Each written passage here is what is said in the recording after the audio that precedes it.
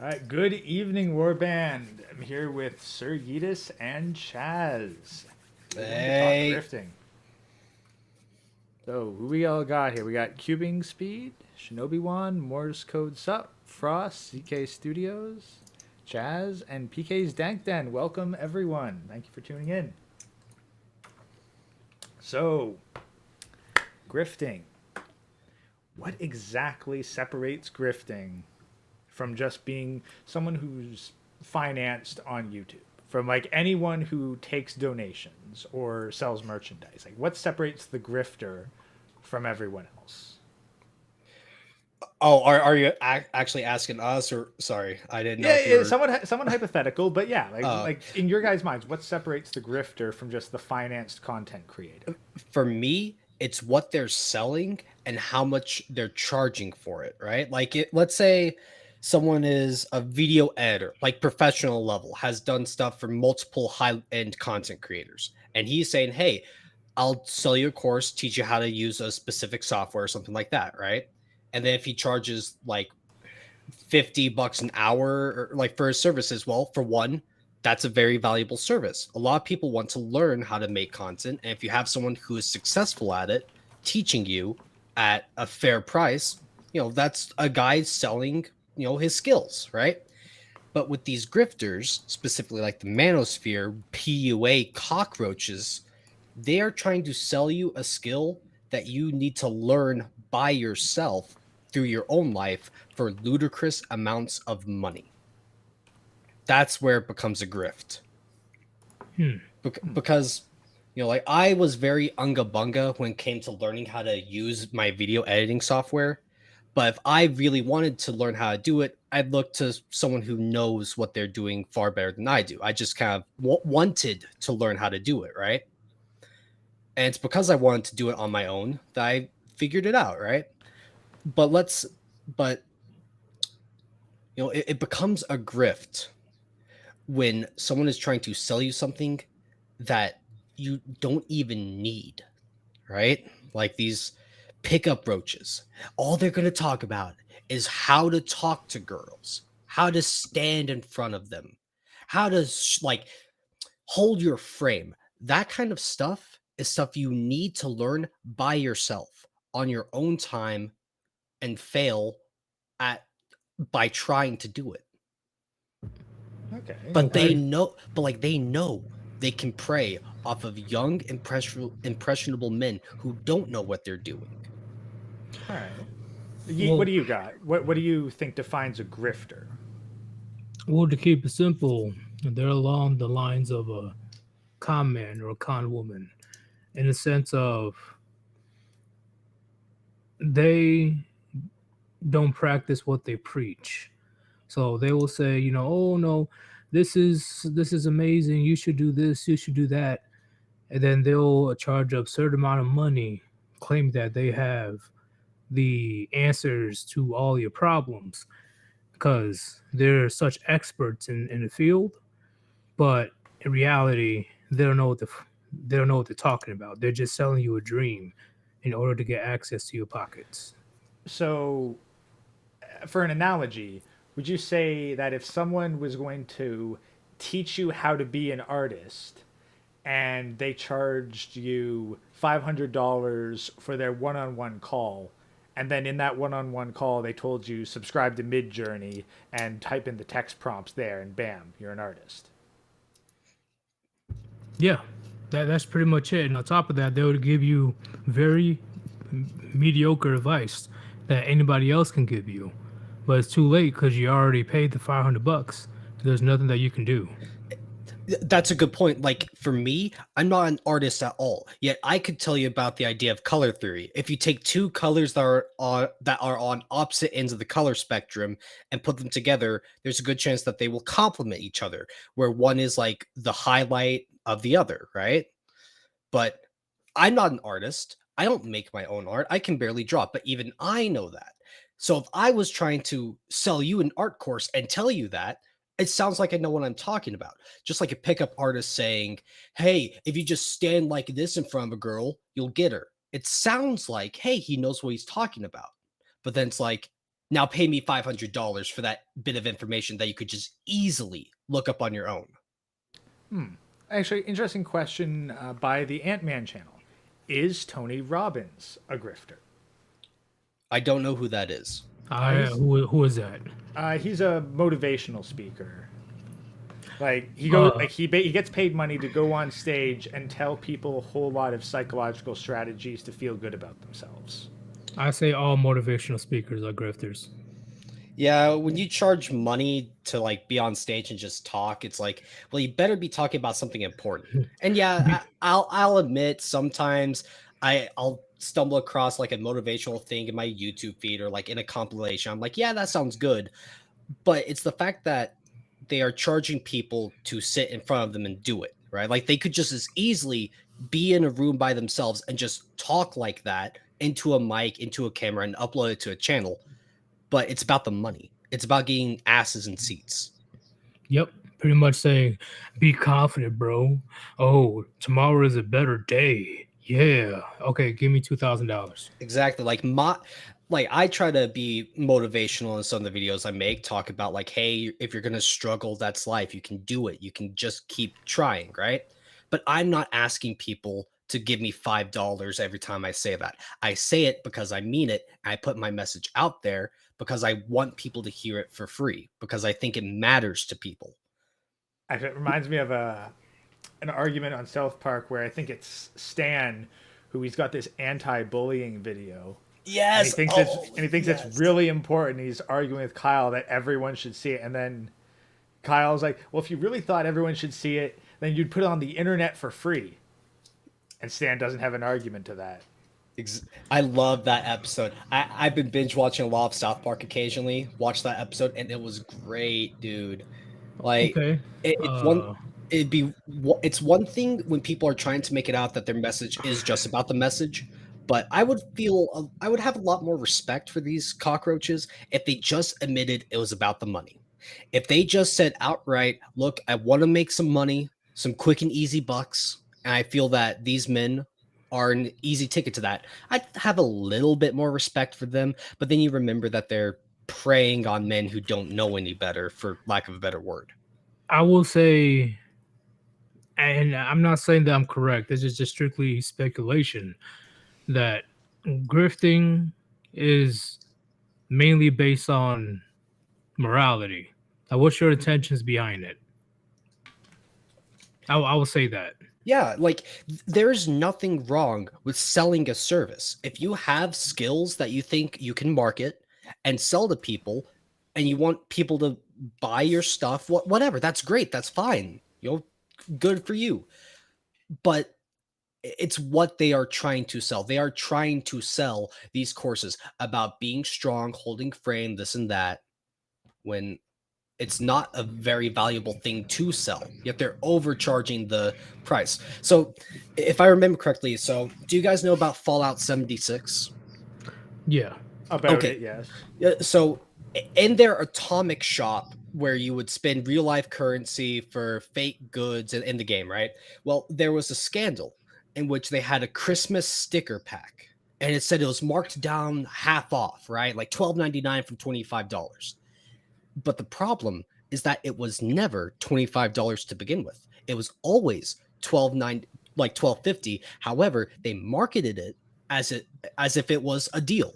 And in Australia, that's apparently illegal. So they got sued, like Bethesda got sued in Australia, and then they changed it to just be the price that was meant to be. It's kind of like that. These grifters are trying to sell you this overpriced garbage. If you go to their websites, they are going to have holiday special, $50, $100 off my course. This is a $1,000 deal course, and you're going to get it for $350. These priceless videos that will change your life forever. I'm like, that is illegal, because you are trying to overcharge a product that is damn near worthless. I could sue. Yeah. Yeah, my thing is, there's a difference between a person truly believes that they're helping people, whether it's motivational speaker, whether you're trying to be a coach or whatever. The intention is, are you truly trying to help people, or are you doing your best to sell them a lie for the maximum profit. What's even worse is you don't even practice what you preach. You don't practice what you preach yourself. So it's that line, if you get what I'm talking about. All right, well, swipe question from Frost. Is selling a workout program a grift? Depends. It depends, exactly. So is the guy super ripped? Has he been doing it for years? Does he have like a YouTube channel where does he have like any form of social media where he demonstrates that he's doing what he's doing and is trying to just sell you a course to get ripped? Well, So and it's a that would be the grifting. thing. Oh, Like, here would be where I'd separate it. If the guy is selling you a workout program, and I've seen a couple. So let's say it's a $25 workout program, and he says this is a very tough workout program, but you will see results from it. That to me, I yeah. think that is honest to me. Yeah, like the price. I gotta say something about that. Oh, sorry, All sorry. right. Go ahead. Results is one thing, yes, but I say it becomes a grift, especially what happened with the Chris Hemsworth scandal, where he had a workout app saying that, oh, if you do these exercises that I put in this app, you look like me.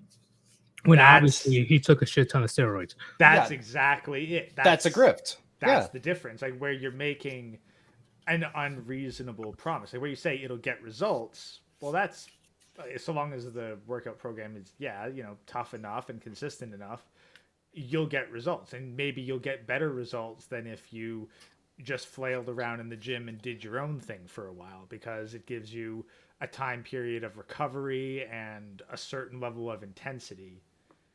Like there is actual value to be found in that can justify someone like paying someone to put together the course. Whereas if you're saying, oh yeah, do this and you'll get like me, oh by the way, I'm not including the fact that I took a shit ton of steroids and was on professional medical cycles the entire time. Yeah, Yeah, that's the grift. It's making promises beyond what the product can deliver. and they'll continue to make money because the customers, the gullible customers, will continue to try to attain this unattainable body. and there's one thing that I think we need to touch on: the social aspect of these grifters. These grifters aren't just nobodies with channels that only have like 200-300 subscribers. People like John Anthony Lifestyle have 180K. People like Playing with Fire have 100,000 too. Chris Hemsworth is a national star. I hope my dog scratching the carpet isn't picking up, but Just anyways, ignore it. but it's just like these people aren't just nobodies. There's a social aspect to this. When these people find these grifters, they become emotionally invested in their journey and what they're saying. That's why when it becomes a personal thing, they think, I think I should give money to this guy. Like with that workout program idea, is it just a random nobody you met off Instagram? Or is it like a local dude who goes to your own gym, right? Like there's that social aspect to it. And these grifters are able to understand that they can take that social need for validation and stuff and run with it. Like, do I you honestly agree. like John Uh, Anthony Lifestyle? He isn't stupid. He has somehow made a career off of this. He has a large channel, he has a large following, right? And he's still around because he knows how to play the game.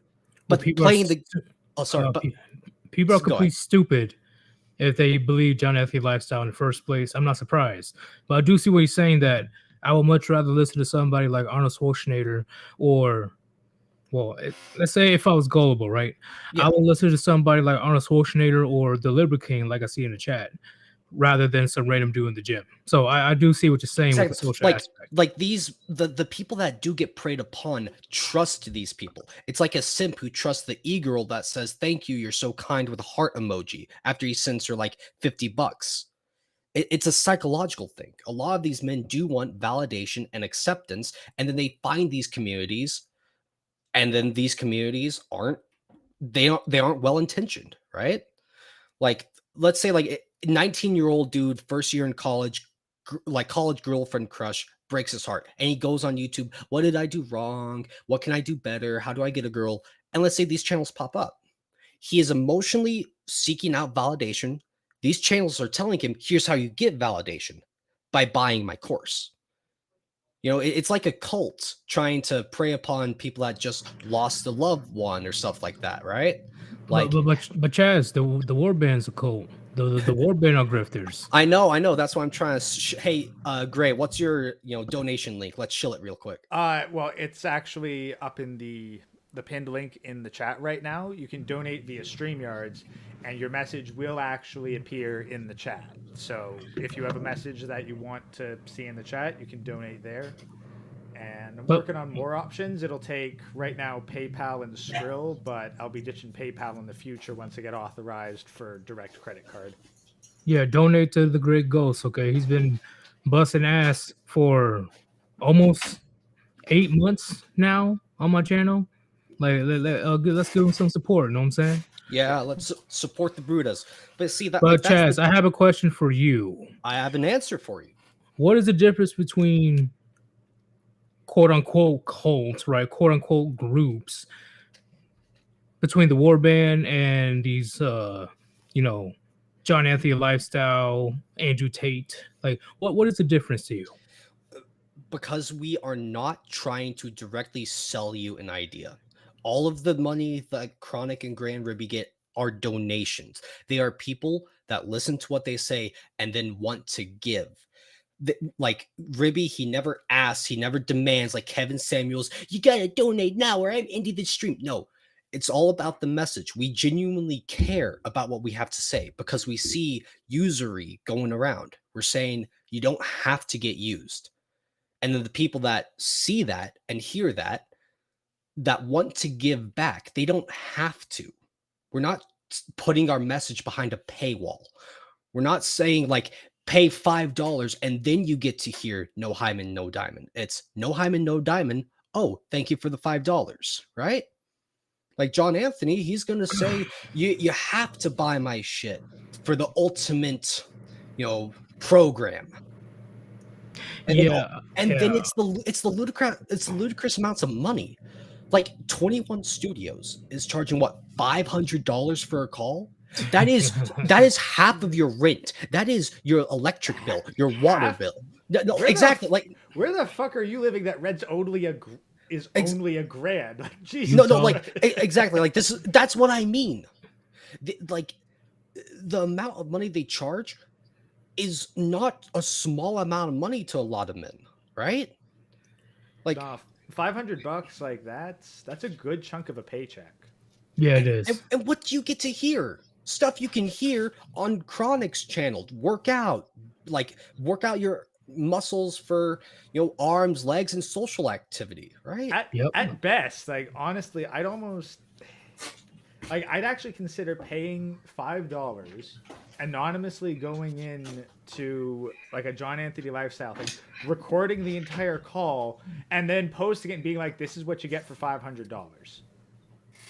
Well, to be honest with Hammerhand, there's a couple comments I'm going to address, but Hammerhand, I honestly wouldn't be mad if he went behind the paywall. I'm not saying he ever would, but hypothetically, if he chose to, he has a lot of gems, right? But on top of that, being Gray, we say so much shit that if we wanted to, right, we got a lot of gems that we drop on you guys anytime that we stream.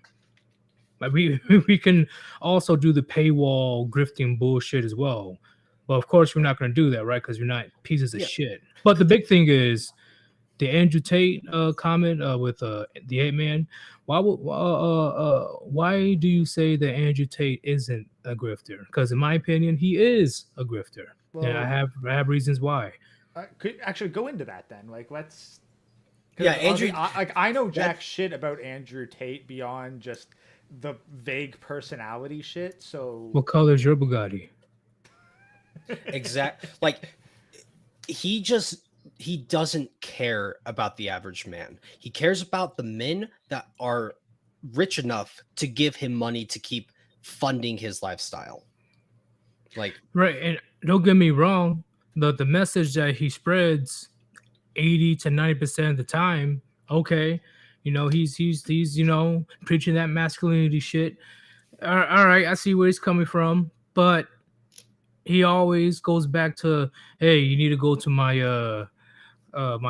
university to make money, and you gotta spread my social media if you want to continue being in my university that you're paying for. And the main thing is when he's the one that was pushing heavily about, oh, you can't live without a woman. You need a woman. You need to settle down and have a family. Knowing the climate right now in the dating market, and he still pushed for that. I Like, don't know. It's just me. has he ever gone on record saying anything close to no hymen, no diamond? No.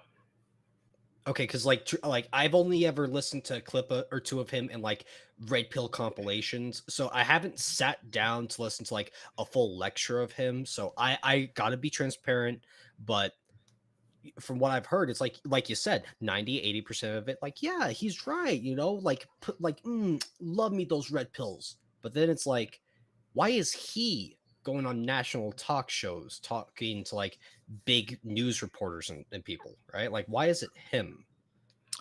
Like, Because he's powerful enough, and I mean at least financial sense, to not get completely demolished by the system. Not yet. So Well, now that's the interesting one because we have to ask, well, how does Andrew Tate oops. make his money? Because I saw in the chat that he sells protein supplements, which okay, like that's one thing. Oh, If he he's has a getting shit ton of businesses. A lot of them.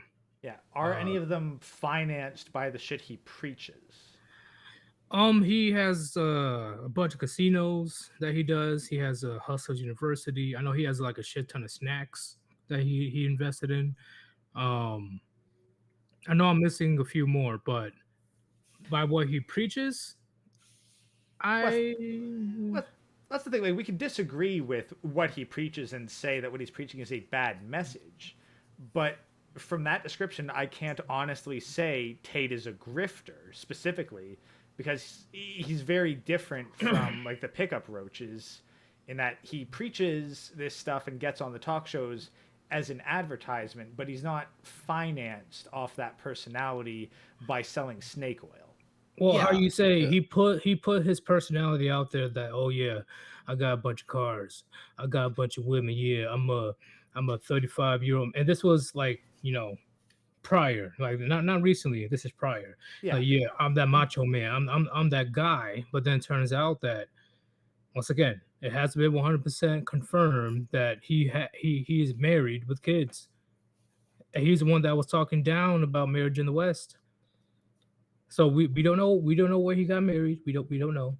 But all of a sudden, at least this year, he's been pushing heavily, like, oh, you can't live without women. You need to do this and you do that. But a couple years prior, or at least last year, he was saying, yeah, get as much bitches as possible. Yeah, get this and that. Yeah, I'm that man. well, I guess the thing, like like on the grifter scale, I would actually put him lower than Jordan Peterson because Peterson actually makes money off of that kind of messaging, trying to tell men to be masculine. Meanwhile, his own life is a fucking train wreck, and his daughter's a whore. So, I agree. I agree. I agree like, with that. if there's a scale of grifting, Tate is nowhere near the top of it. Right. But he's still a grifter. yeah, he's just a low tier grifter. At the very Yeah. least, grifter adjacent, if nothing else. True. He's him and his brother are playing the cards right, in my opinion. They're playing it very well. It would I kind of be respect that. it would kind of be like finding out that Elon Musk isn't really a nerd and he's only ever watched Big Bang Theory. Yeah, Andrew Tate, he doesn't hide the fact that he is trying to make money. So yeah, I see what you're saying. Like from the beginning, he's like, yeah, I want money. I want you to pay for my shit. But there's other, like you said, adjacent things that I will Yeah. put him in the grifting Yeah. category. So, like to answer the Ant-Man, are protein supplements a grift?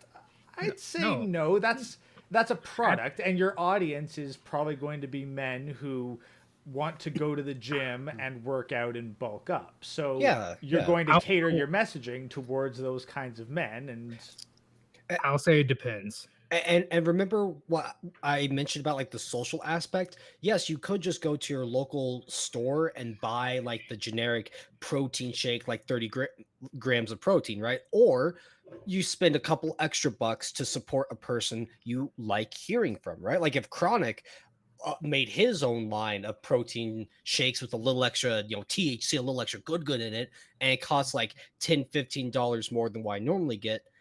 Sure, I'd chill for like a 12-pack case of that, not like every time, but I'd occasionally chill it to him because it's like, hey, I want to help you out specifically person to person, right? Well, Like, actually, that reminds me. I used to go to a bong shop, and they sold resin remover, and it was literally just a bottle of rubbing alcohol that they got from the fucking like drugstore down the street, and they slapped a new label on it. They didn't even take the old label off. Literally, they just put a new label on a bottle of rubbing alcohol and charged like 3 times the price. yeah, that's don't those products actually literally say not for resale, right? Or is that just food No, only? some stuff I'm pretty sure that isn't on rubbing alcohol. So there's nothing technically stopping you from buying a bottle of rubbing alcohol and then putting a new label on it and reselling it. Bro, Um, is that just what Everclear is? true. Well, No, I no, do no. want to get up. You have to cut it with water for it to be ever Well, clear. yeah, like 2 parts water, 1 part Everclear. Now you add 50 extra bucks to the whole barrel. Uh, yeah, But no, no. I do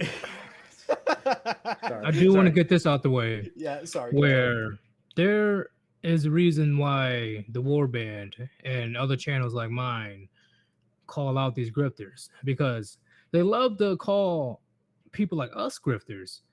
But look through any please show any evidence where I force, coerced, pressured anybody to fork over money to me, because I don't remember that whatsoever. In fact, I don't remember putting any type of paywall on my shit either, or Exactly. gray or whatever. So who's truly genuine for male issues? Who's truly trying to help out men out here? Because once again, autonomy. It is your choice if you want to donate or not. And I believe the fact that you guys still decide to donate proves how effective our product is, right? If you want to Yeah. call it product.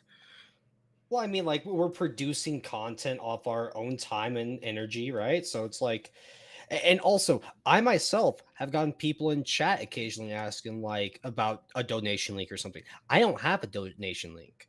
I don't like for now, for the immediate future, I don't want to put up a donation link because I don't want to make it seem like people are obligated to give me money for my stuff. I do it for fun. I have never once halfway through a stream said, okay, we're not fighting the next Pokemon gym leader unless we get 10 more bucks. No, I I don't need to agree. do that. No, and interesting thing. So as Brad points out, business and ethics are not compatible. That is true. Like this, like what we're doing right now, this is an absolutely terrible fucking business model. Like if you took the fucking business model of the Warband or Yeetus or any of our channels and like, yeah, we're gonna make a whole bunch of content, not ask money for it, and occasionally shill links. Any investor would look at that and go, fuck this. There is no way that this is gonna turn a profit. I agree. Like if And I remember correctly, only Manic has a legitimate like link associated with him via like the Dragon's Treasure thing, right? And like that's only him for now, if I remember I, correctly. But yeah, under chronic soon. But when it comes to this type of situation, chat, you got to understand, it's funny how the grifters are trying so hard to call out other grifters, right? They want to say everybody else is a grifter so they can have all the gullible sims to themselves. Notice the PUA community. They're always 24/7 fighting amongst each other because they all are sharing the same demographic of people giving them money. But that's where it really gets crazy because they're legitimately trying to make full-time, like five, got maybe even six-figure if they could manage it, careers out of this. And for providing what? Like, okay, let's straight up, guys. Like, with the amount that you would give to one of these guys for their fucking private calls, you can get poon. It is not hard to get poon if you have enough money to spend on fucking pickup shit. Exactly. Like these men that they are preying upon, it's not just about having sex. It's not just about crushing pussy, as they say. A lot of these men want emotional intimacy and love. I know, like, it sounds corny, but that's what they want. And then they think, these and men like, pay for escorts, not to have sex, but to have like uh, I intimacy. I wonder if statistically, if this could be proven, if in the past like 5 years there has been a rise in the amount of girlfriend experience kind of things on, like escort sites. I wonder if there's been a rise in tags like that or people offering There those is, services, there because is, there there is. is. Yeah, Like it's it exploded. It Like, exploded. you like know what would be funny? Imagine this. So you go to like John Anthony Lifestyle, and you pay for 4 hours. You pay $2,000 in order to get your 4 hours of conversation, and then as soon as you pay for the fourth hour, he goes, "Okay, hold on, I'll get back to you." And then a couple months later, you get like you get a sex doll from Phil from the dollhouse that costs exactly what you pay, and he's like, "There, this is the answer to all your fucking problems. This is how much it's worth. You fucking blew $2,000 on this. Enjoy. Fuck that for 2 weeks, and you'll stop giving a shit." See, at least that would solve somebody's problem, but that's not what they do. Um, See, But that's the difference between non-grifters and grifters. Non-grifters, they want to solve your problem. Grifters, they want to prolong your problem so they can make more money. that I haven't thought about it that way. Like, Well, I mean, like, I haven't heard it said that way, and that's a very good way of putting it's it. just, it's essentially the same as a doctor selling you treatment instead of the cure. Exactly. It's like it, a lot of the people that suffer from like gender dysphoria and this and that, a lot of doctors want to put those patients as early as possible on a bunch of hormones and chemicals and this and that, because they know that for so much longer after they get hooked on it once, that they are going to need those like medications and stuff. They're not trying to fix someone's gender dysphoria. They're trying to make a bunch of money off someone who is suffering. Well, no, honestly, I wouldn't be surprised if the same thing is with organ transplants, because short of an identical twin or a clone, your body is going to eventually reject the organ unless you're taking immunosuppressants. And So how much that's do those immunosuppressants cost? a Probably lot, a a lot of money. fucking shit ton of money. Well, same thing with the EpiPen. The price went up over 500% within the last 20 years. It went from around $50 to $600 per pen. So yeah, I agree. Right, if they truly are for you, right, in the analogy, right, if they are truly trying to help you, the price would not be as high. Right, for a person with cancer, chemotherapy wouldn't be costing over hundreds of thousands of dollars. Yeah, or at the very least, we'd see cancer research focus instead on trying to cure cancer, which is impossible. Like, I will tell you straight up, and I'm sure Chronic will back me, and he's got more biology knowledge than I do. It is outright impossible to cure cancer. Instead, if you were going to finance fucking cancer shit, you would finance ways to treat cancer cheaper. Yeah, I'm going off topic here, but Yeah. if they truly are gonna it's all good. If they're truly gonna cure cancer, they gotta find some way to stop DNA from deteriorating and all that stuff. Yeah. Like And mutating. remember, the whole plot of Breaking Bad is purely based off the fact that the chemo treatments that Walter White would have had to go through would have destroyed his family. He had a new baby coming along the way. He was just a teacher, not making a lot of money. The whole plot of Breaking Bad hinges on the fact that it costs a lot of money. And he also had his pride and ego of not letting someone else pay for it. But if no one else had to pay for it themselves, right? Like, I love Breaking Bad. I think it's great. But the whole plot of it is the fact that he can't afford it because these doctors want to like drain you of as much money as possible. I Well, and it's agree. not, I and completely not, and agree. not just the doctors. It's like the pharmaceutical companies. Like I'm willing to bet that if you came out with a drug that like, hey, this does the same thing as this drug, but it costs a fraction of the price to manufacture, you'd probably find yourself with some fucking broken kneecaps. If I remember correctly, there have been multiple patents made for like better energy efficient engines and cars and stuff. And then companies like Toyota buy the legal rights to those patents to make sure that they don't get made. Like I might be misremembering this. I've I've been heard this hearing as those. off fact, You but hear rumors like that, like they're basically urban legends you hear ever exactly. since high school, where someone makes a car that runs on water and then they get bought out and the patent gets hidden. Now, I don't believe that shit, but a more energy efficient engine, oh, I Yeah, absolutely believe that like someone could make exact it something like yeah. that. And then why would a car company want to make an engine that never breaks down? Because they have auto body shops that need to keep running, right? So when you have an engine malfunction, you go to a place and get it fixed up. And then if it just so happens that like it's a place owned by a car company, well, that's just a cute little coincidence, right? That your car broke down and the only place close enough is the same place that owns your car.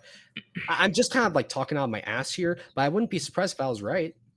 No, you're right. But what I'm saying is, at the end of the day, when it comes to the grifters, at least, that's why I have such disdain for them. That's why I am very quick, along with Undead Chronic, right? Because Undead Chronic, he's usually on it, not me. But when I do see it, I will not hesitate because, gentlemen, they are not the ones. I mean, actual grifters. They're not the ones that are trying to solve your problem. We are trying to solve your problems.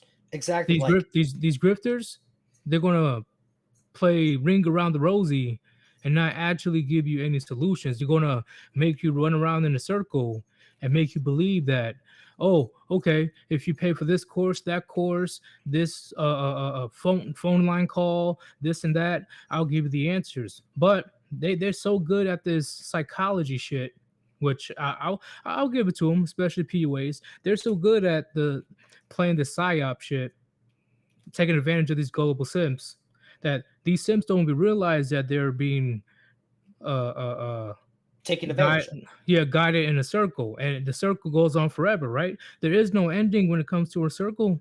There's no ending. So you're just going to be forking over thousands and thousands of dollars thinking that you're going to find that ultimate answer. You're going to find it. Turns Dude, out there is no answer. it's just like an e-thought on Twitter. Like trying to get people to donate their money. They're selling them a fantasy, and these people latch onto that fantasy. It's Well, only when reality sets in that it's fake that yeah. these men can escape. Well, I just take a look at chat here. So, Real Talk worked on a cure for certain lines of cancer. They won't let it pass through the FDA. Combination of vitamin C and K3. The placebo has more side effects than the actual compound. I would be curious as to how it's supposed to cure cancer, but I would absolutely believe that more effective treatments would be kiboshed by like government regulations looking to make sure that people pay for expensive treatments. Man, big pharma is the biggest grifters in history, in my opinion. Big pharma is the epitome. They're the gods of grifting. Well, no, like that actually, I think I would agree with that because as I've mentioned on your channel, Yeetus, like there are pharmaceutical grade burn ointments that are inferior to bear fat. Oh yeah, the bear fat. Yeah, Yeah, yeah. like apparently, legitimately, and heard this from one of my coworkers who's part native. Like he had a nasty fucking burn, and he got the official burn treatment. And then he talked to some of the natives, mentioned it, and they were like, "Oh, hey, just put some bear fat on it." And he did. And when he went back to his doctor with the results, the doctor actually said, "Holy shit, really?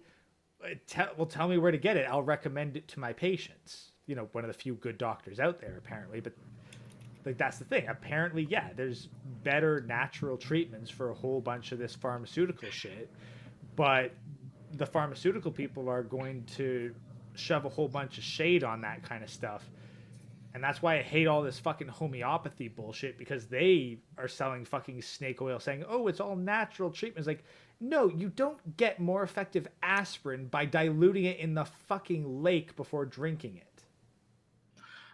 David M. He says so. Antibiotics are a grift, bro. Anything that you get from the goddamn pharmacy is a grift. It is a grift. Do you know how Like, much they're? Okay, it's about how much it costs to make the product and how much you sell it to the public. And they are ridiculous when it comes to charging like I said before, 500 times more than how much the product actually costs. yeah, Well, and honestly, like, and like I wouldn't say sorry. antibiotics as a whole are a grift, David. Like, It works, but it's very expensive. Very yeah, expensive. like it doesn't have to be. Like, fucking penicillin was made by accident. I'm willing to bet that you could make penicillin at home. Listen, I'm not saying that antibiotics don't work. Come on, guys. You got to understand. Let me explain it one more time. It's not the fact that whether products work or not, it's the fact that they're putting up a facade or they're lying to you in a way so they can get maximum profit.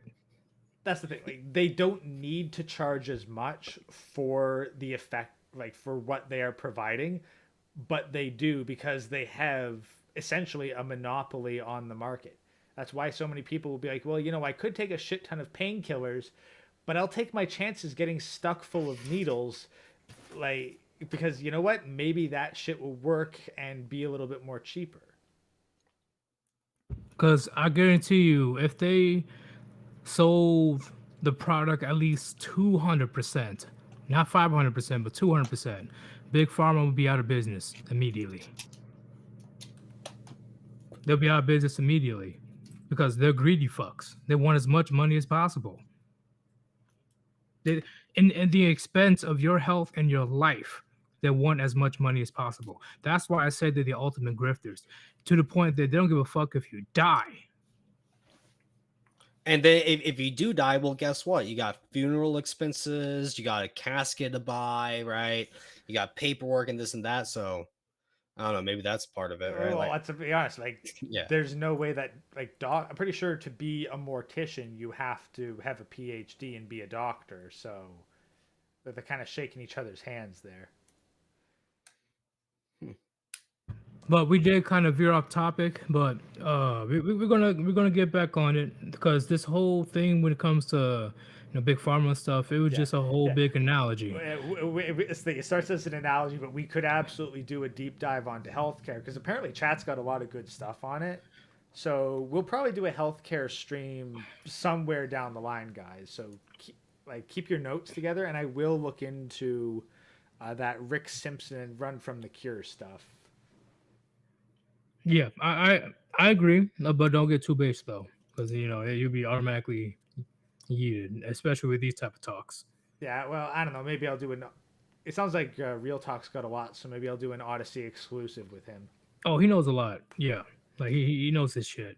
But when it comes to the art of grifting in the manosphere chat, that's why I express one of many reasons why I express so much on why out of all spaces that these female red pill content creators they can go, these major radio shows, major TV shows, they can once again they can go on Facebook or go on the major social media platforms to say all men can go to war and die. Nothing's going to happen to them.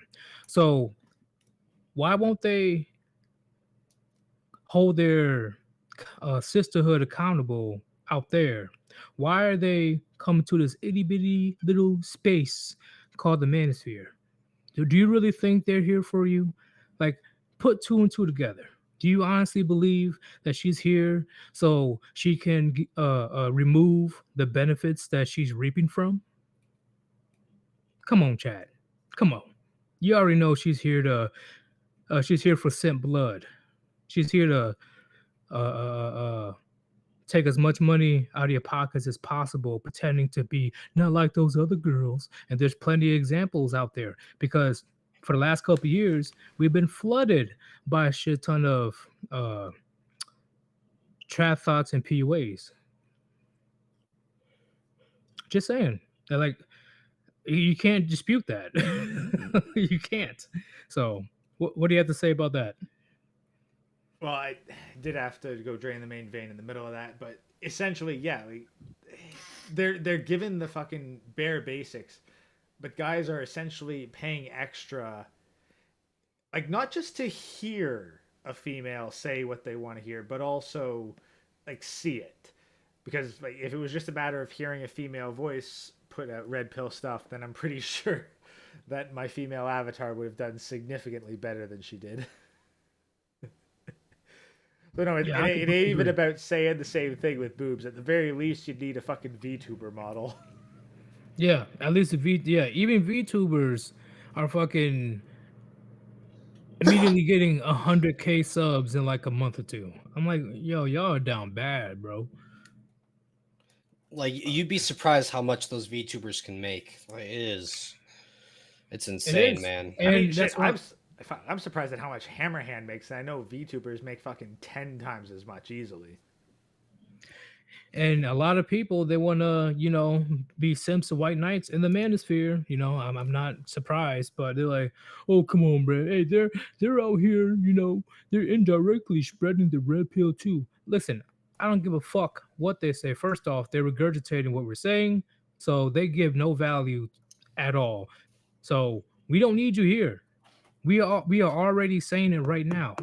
Why don't you go over to your female spaces and hold them accountable? But they're not going to do it. Like, I mean, I can try being a female if you'd like. Put on some VTuber shit. Yeah. but like for me, sometimes for a while, I was worried in my own right of like, what am I adding to the conversation? What makes me something that people want to like listen to, right? What's unique about me? My perspective. I was a hardcore blue pill simp that gave money in my heart to all these e-girls states away just to learn how crushing it is when reality sets in. That's the perspective that I have that I know many men also have. And if I can talk to a guy directly or indirectly through a video, right, whether it's about my story or an anime character story, and then I get that person to think that if I can make that person think about their position compared to mine and see what happens, then maybe I can help someone escape that fantasy, right? Like that's the perspective that I have, and I Why can help. why the fuck is a What's up? female called Brett Cooper? What? There's a woman named Brett. Where? I don't know. Is, Brett is Cooper. this in chat? Yeah, chat mentioned a Brett Cooper who got a shit ton of subs in a couple months, and I'm like, Brett, is that a girl's name? And apparently, yes. Now, apparently, Huh. it's produced by the Daily Wire, so that Oh, explains how they got fucking popularity so fast. What is a woman? I'm not gonna. I'm that is not gonna true. lie. I kind of do want to just get a subscription, like a 1 month, just to watch it, because like, I kind of just want to see some people spurg for a bit, right? But But I don't know. chat. Sorry, go on. But here's what I want to say, Chad. This is the overall premises on why we call out as many grifters as possible. Okay, because right now, you already know the manosphere is on terminal 4 cancer, right? Uh, and it's not gonna get better anytime soon. Because guess what? Do you really think right now, when you listen to my channel, Gray's channel, Hammerhand's channel, Under Chronic's channel, you listen to everything that we have to Chaz. say, and you go to these like Fem Sapien, just pearly things. What do they have to say that's different than what we've been saying for years? Like, They're less intense than us, that's for sure. less intense, yeah. Oh, it's not about what you say, it's about how you say it. Oh yeah, okay, bitch. Anyway, when it comes to that situation, chat, that's where the grifting comes in, because they truly do not say anything of value or bring in anything new that can elevate the manosphere. They just, oh yeah, let me just say, yeah, she's not yours, it's your turn. I'm not like these other girls. Look at my legs. Look at my cleavage. Give me money. I hate that phrase so much because a girl that I cared about actually fucking told me that directly. I don't want to be like her. I'm not trying to be like other girls. And then a year later, oh, she's shilling her Snapchat for her quote her thirsty followers. I'm just like, they are like, we have the same blood type. We have the same bodily functions. We all piss. We all shit. We all have to eat. We are all far more alike than we really think. So to say like, oh, I'm not like other girls, that's like me going to the gym saying like, oh, I'm not like these other guys who lift because I spread my hands across the bar a little bit wider than these other guys. Oh, Like, no. come on. Like, let's be honest, Chaz. These days, you're not like the other guys because you go to the gym and lift. Fuck yeah, dude. Hey, look at my calves. Look at it. I mean, like, I've got some calf muscles and forearms, dude. Like, that's the thing. Like fuck yeah. Chaz, like that's best. The guy, statistically speaking, the guys who can bench as much as you do are in the significant minority. Like, I don't give myself enough credit at how I can just now consistently hit a 225 bench. It's not world record breaking lifts, but there are dozens, hundreds, thousands of men who can barely lift one plate or are struggling to do like plate 25 for one rep. I'm very much like in a minority of guys who lift that well. And Yeah, I'm like- proud of it. Like that's the thing. Like if you want to be like, oh, I'm not like the other girls. Oh, so you're a virgin? Well, no. Then you're just like, well, no. Well, then you're just like the other girls. Okay. Gray, would you say is okay? This is an interesting question. This is just about, manosphere stuff alone. Are they truly grifting if they're practicing what they preach? Or is there another variable that gets into the grifting? I would say it's the efficacy of what they are selling. How so? Okay, so let's take the snake oil salesman for example. He sells snake oil and he says, you drink this, it'll give you your hair back. Like if you're balding, and you know what, you drink that, and your hair grows back. Like, but he put on the same fucking song and dance as the guy who sold the snake oil that didn't have hair grow back. I agree, but I gotta stop you right there because chat. Please donate to the Grey Ghost. Not me. Please, please. The it's- donation it's- link it's- is right up there. It's his stream. Like donate to him, please. Oh, I am so proud to be a guest on this amazing stream hosted by the Grey Ghost. Please slap that donation link. Please Don't donate to me. This is not my stream. Okay. do not sub to my channel. Sub to Grey Ghost. Shill his channel. Well, not mine. we'll still sub to these guys' channels because they got good content. Like, come on. But get the Grey Ghost to 1,000 subs. Get him to 1K. We are 983 subscribers, guys. That is 17 subs. This could be very easy. We just gotta shill this shit. I mean, like, I'm sure that if I did something insane on stream, like eat a ghost like chili pepper, someone would clip that and then do it. But I'm afraid I do not have any peppers, with me. I promised Yeetus I'd chill on the Everclear. I don't really have any alcohol. All I have is my heart and soul, and I'm putting my heart out there. Please subscribe. Please donate. But in all enough. That's enough. No. In all seriousness, I will address this super chat later, but give the funds to the Grey Ghost. It's his stream. Yeah. So and I'm serious. Like your stuff will show up on stream, and I am looking at more features. So if you have something that, like a question that you desperately want answered, and to show up in the video and perhaps even the clip, donate and it will pop up. But to further answer the question, like, so here would be the analogy with PUAs. If these fucking PUA manosphere grifters were giving out advice that did actually give men long-term wholesome relationships with a female that led to children, a family, and no divorce, then I would say that they are not grifters. But No, you're not wrong. Uh, but the grifters don't want that to happen, like we said earlier, because eventually they won't have any customers. Well, that's the thing. But I can't. You can't even say that because I think about this. If Well, you the were like, customers would dwindle at least. I well, like I was saying, If they find a solution. if there was one grifter that was putting out a successful product, then they would get all the customers from the unsuccessful grifters through word of mouth and recommendations and proof of results. Um. Okay. I agree with that, but when it comes to the grifters in the manosphere having it's a one-time thing if they are actually doing solutions.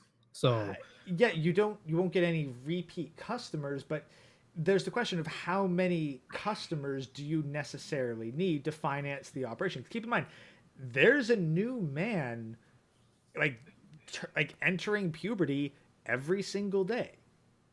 Like if and here's the thing, like honestly, I would say that if you were a PUA grifter wanting to create families that produce a lot of children would actually be investing in the future because in the future those guys are probably going to need the same kind of guidance.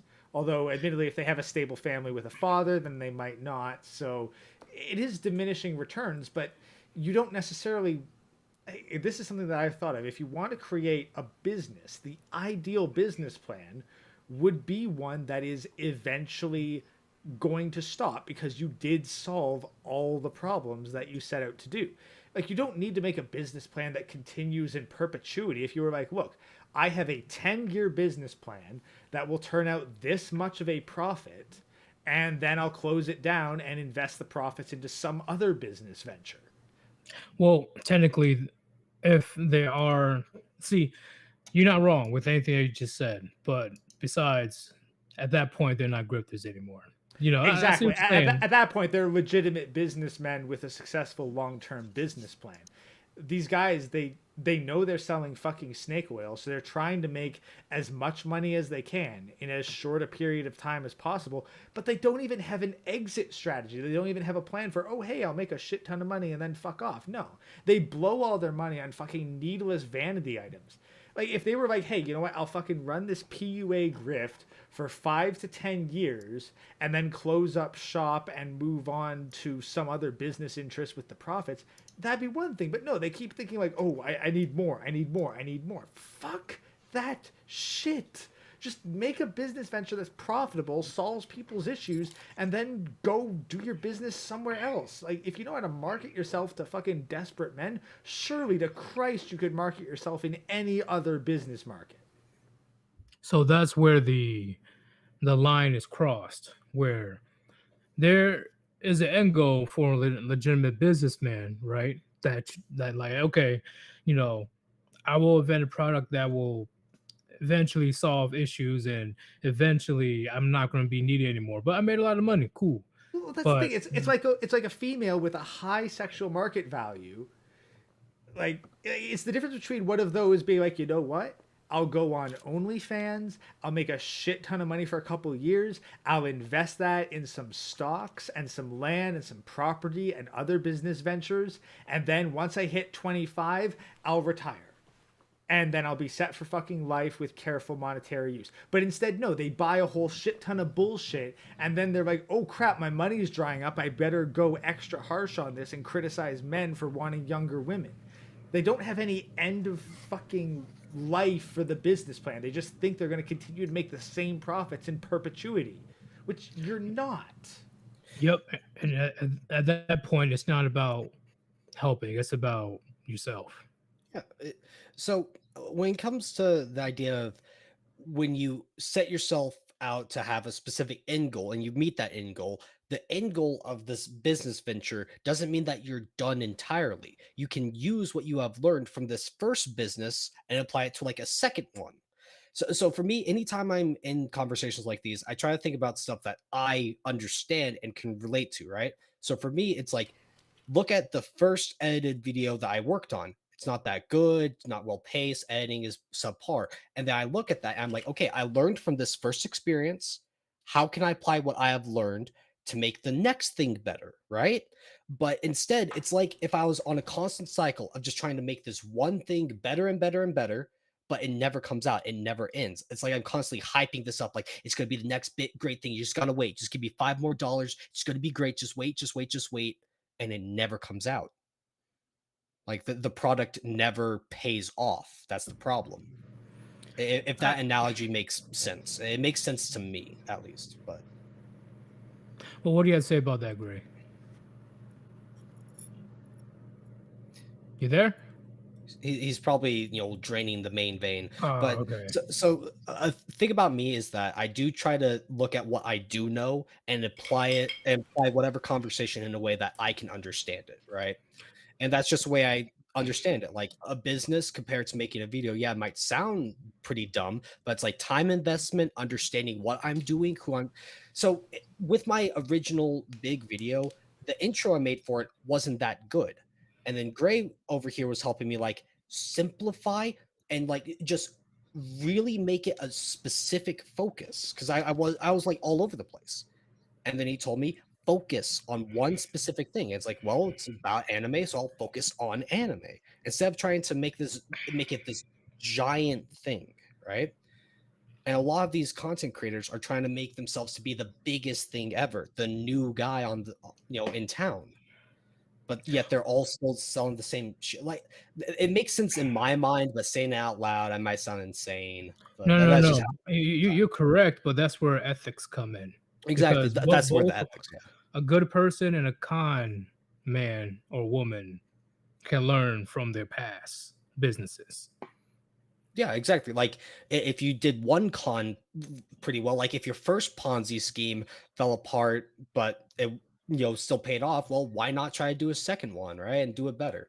like, But Right. like that's here, where the yeah, sorry, go ahead. here would be an example. Say I really wanted to lean into my photography. So I'd set up my first business as, hey, I will make your fucking Tinder pics goddamn amazing. I will retouch your fucking Tinder pics for pennies on the dollar. You send me your shitty stuff and I will help you get more swipes on Tinder guaranteed. If I genuinely believe that worked, then I would plan in the longer term, okay, I'm going to transition to wedding photography after this. And I'm going to make a shit ton of money off of all the weddings that these guys who are now successful at dating get. And then it's like, the weddings are drying up. Oh, I know. I'll get in contact with all these guys who I shot the weddings of, and I'll take photos of their kids for fucking family portraits and retirement and whatnot. Like, that's the thing. You continue to transition your business in order to stick with your audience and the changing times. You don't be like, well, I'm just going to keep draining all of these fucking hopeless young men dry with shitty fucking dating advice and retouches that don't work, and then try to shame them into buying my product when they're either all fucking satisfied or they give up on a defective service.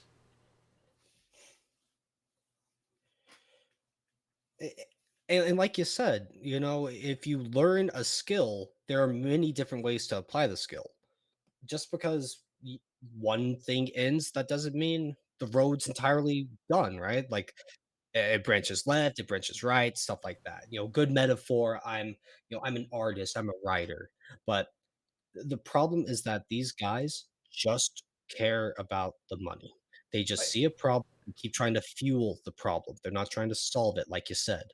here's the thing. Like, let's take Hammerhand for example. Like, if Hammerhand was going to go the PUA route and he was teaching guys how to get kids, and his advice was actually fucking good, and he got like and they found wives and they started families, then I could expect him to be like, okay, you know what? I'm not seeing as much demand for how to pick up women or be successful with women, but I am seeing a lot of demand for how to be a good father because, being a dad requires a whole lot of extra skills that you can't necessarily learn easily. And a whole bunch of guys grew up without fathers, so they don't know what the fuck they're doing. He could then transition to the more dad advice role and keep the same advice going and just transition it that way. Like, So here's my I agree with that. But here's my question, and I'm pretty curious about your answer, you and Chaz. Um, the paywalls. Is there a way that paywall is not grifting, or would a paywall be automatically grifting Well, Well, actually, Gray, you go first. It's your in channel. in the manosphere? um, here's my thing. If I'm doing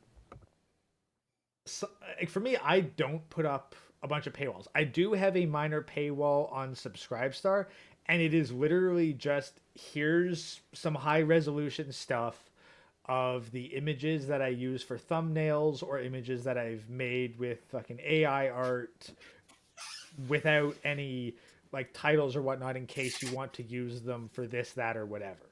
I try to put it so that the paywall provides some benefit, but it is essentially a donation with perks. So would you say the paywall becomes grifting when somebody doesn't, how you say, they start taking away their usual content and then put it behind a paywall? Well, that's the thing. Usual content is very broad. If it was advice that I would give generally to someone, then yeah, like if I was going to put it out as regular content for the channel and I put it behind a paywall, then yeah, I would say that's grifting. Right. But So but like I've been working with Chaz giving private consultations for video editing. That's not standard content. If I wanted to say, hey, I will charge an hourly rate to give you private consultations for video editing, and I'll put that behind a paywall at an hourly rate. You should do that, man. Like, you know your shit. yeah, well, people want to say that memberships is grifting, and I say no, because the only difference, because the membership situation, especially when it comes to the live streams, you can still see the live stream. You just can't talk in the chat. But let's say tomorrow I'm like, hey, if you guys want to watch a special live stream on Wednesday and Friday, you're gonna have to fork up some money with my Patreon.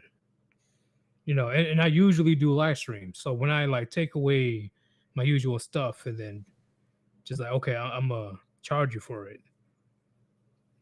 And that would be the other thing because like because you're doing if you do a members only live stream, okay, it's members only chat participation, but then putting up the live stream for everyone to consume is effectively advertising for your members only live streams. True, but when it gets to the point where I'm like, you know what? Yeah, I did do live streams almost every day, but now I'm only going to do Wednesdays and Fridays. If you want to see the rest of the streams, you're going to have to fork up on my Subscribestar or Patreon. Okay, I actually have. I just thought of like the perfect channel that kind of like talks about what you're saying. I'm not trying to shill his shit. I'm not trying to sound like I'm like a writing his PP. But Matt Walsh, he does his thing. He streams a thing for like an hour 20 minutes, and then at the end of it, he says, "Now we're going to move on to like the members only block." Right? Like he gives you the hour and 20-minute live stream that anyone can see. He cuts it up into individual segments, and then for the people that want extra content, they pay for it, but the content he already gives is serviceable enough, right? So, Agreed. so like for me, I stream a lot. I really like to stream the games that I like to play, right? And let's say I really wanted to stream fighting games, but I put it behind, let's say, a membership paywall, right? Well, I stream Pokemon, I stream Mega Man, I stream this and that, so people still get the amount of streams that they want. But if they specifically want like fighting game stuff, or maybe even like fighting game coaching, I haven't won Evo. I haven't gone to a major tournament, so no one would want to do that. But hypothetically speaking, let's say Yeetus wanted to get back into Dragon Ball Fighters, and he says, can you teach me how to do it? And I said, sure, just sit down with me, show me $25. Although I wouldn't do that because I do it for free because I love the game. But let's say I did that. I'm charging a service for a thing that I know that is very niche. But if someone wants that niche met, I'm there to meet it. The problem with the PUAs is that trying to get girls is not niche at all. That is universal. So yeah, I agree with that. I agree with that. But my thing is, Matt Walsh didn't take away his usual Exactly. Yeah, uh, he still like he streams frequently. He gives the basic content that people want, and then if you want extra, you subscribe to like his membership thing. You go to his website and this and that. And like I but said, when I'm not you trying to but, shill it, but no, no, but when you take away your usual stuff and put it behind the paywall. exactly. Like he does the thing where he says like I think it's his like daily cancellation bit, where in almost every stream he's like this person is now canceled, and he does his bit. If he said that specific segment is now members only, well, why would you remove that from the content you've already been doing, right? I'm not trying to shit on Joker at all. I love his stuff, but you know, for a while he was doing the roasts of like the Tinder profiles, right? But then he got a bit too spicy with his roast for YouTube's thing, so he moved it over to a more locals thing. So See, it's okay. See, I'm not trying that's to yeah. where no, it's all good. It's all good. That's where I'm not too mad about Joker going to locals and doing his thing because he was very transparent about his intentions with his funds. Yeah. Also, And also just 2 seconds, yeah, guys. Like go on. Sons of Patriarchy just subscribed, so thank you very much for the Awesome. sub. How do you know? What the? It got an automatic notification on StreamYards. It doesn't show up for you guys, but it shows up for me. Bro, I need to get Streamlabs. Yeah, we But can talk over that tomorrow, Yeetus. It'll be good. so like the thing about Joker, like his locals account, you don't have to pay for it. But if you do pay for it, you get the extra stuff. Like that's how it should work. If you pay for extra, you get extra. Agree. I agree But with that. the PUAs, the pay for extra is ludicrous amounts of money for stuff that is already out there. Why do you have to pay John Anthony Cuck style, train style to learn how to pick up chicks when you could just hop onto a chronic stream and listen to him say, you got to get ripped, just work out at the gym, work on yourself, figure out what you're doing wrong, and then just talk to girls. Like for me, I don't talk to a lot of people because you know I'm pretty emotional, like I'm pretty socially shy in person, right? Like I'm not going to go up to that cute barista at Starbucks and ask her out. But if I really wanted to do it, I would grow some testicles and do it, right? Well, shit, 1% is better than zero. Right? But Yeah. the idea is just the fact that they are trying to sell this very broad idea to like they're casting the widest net possible, right?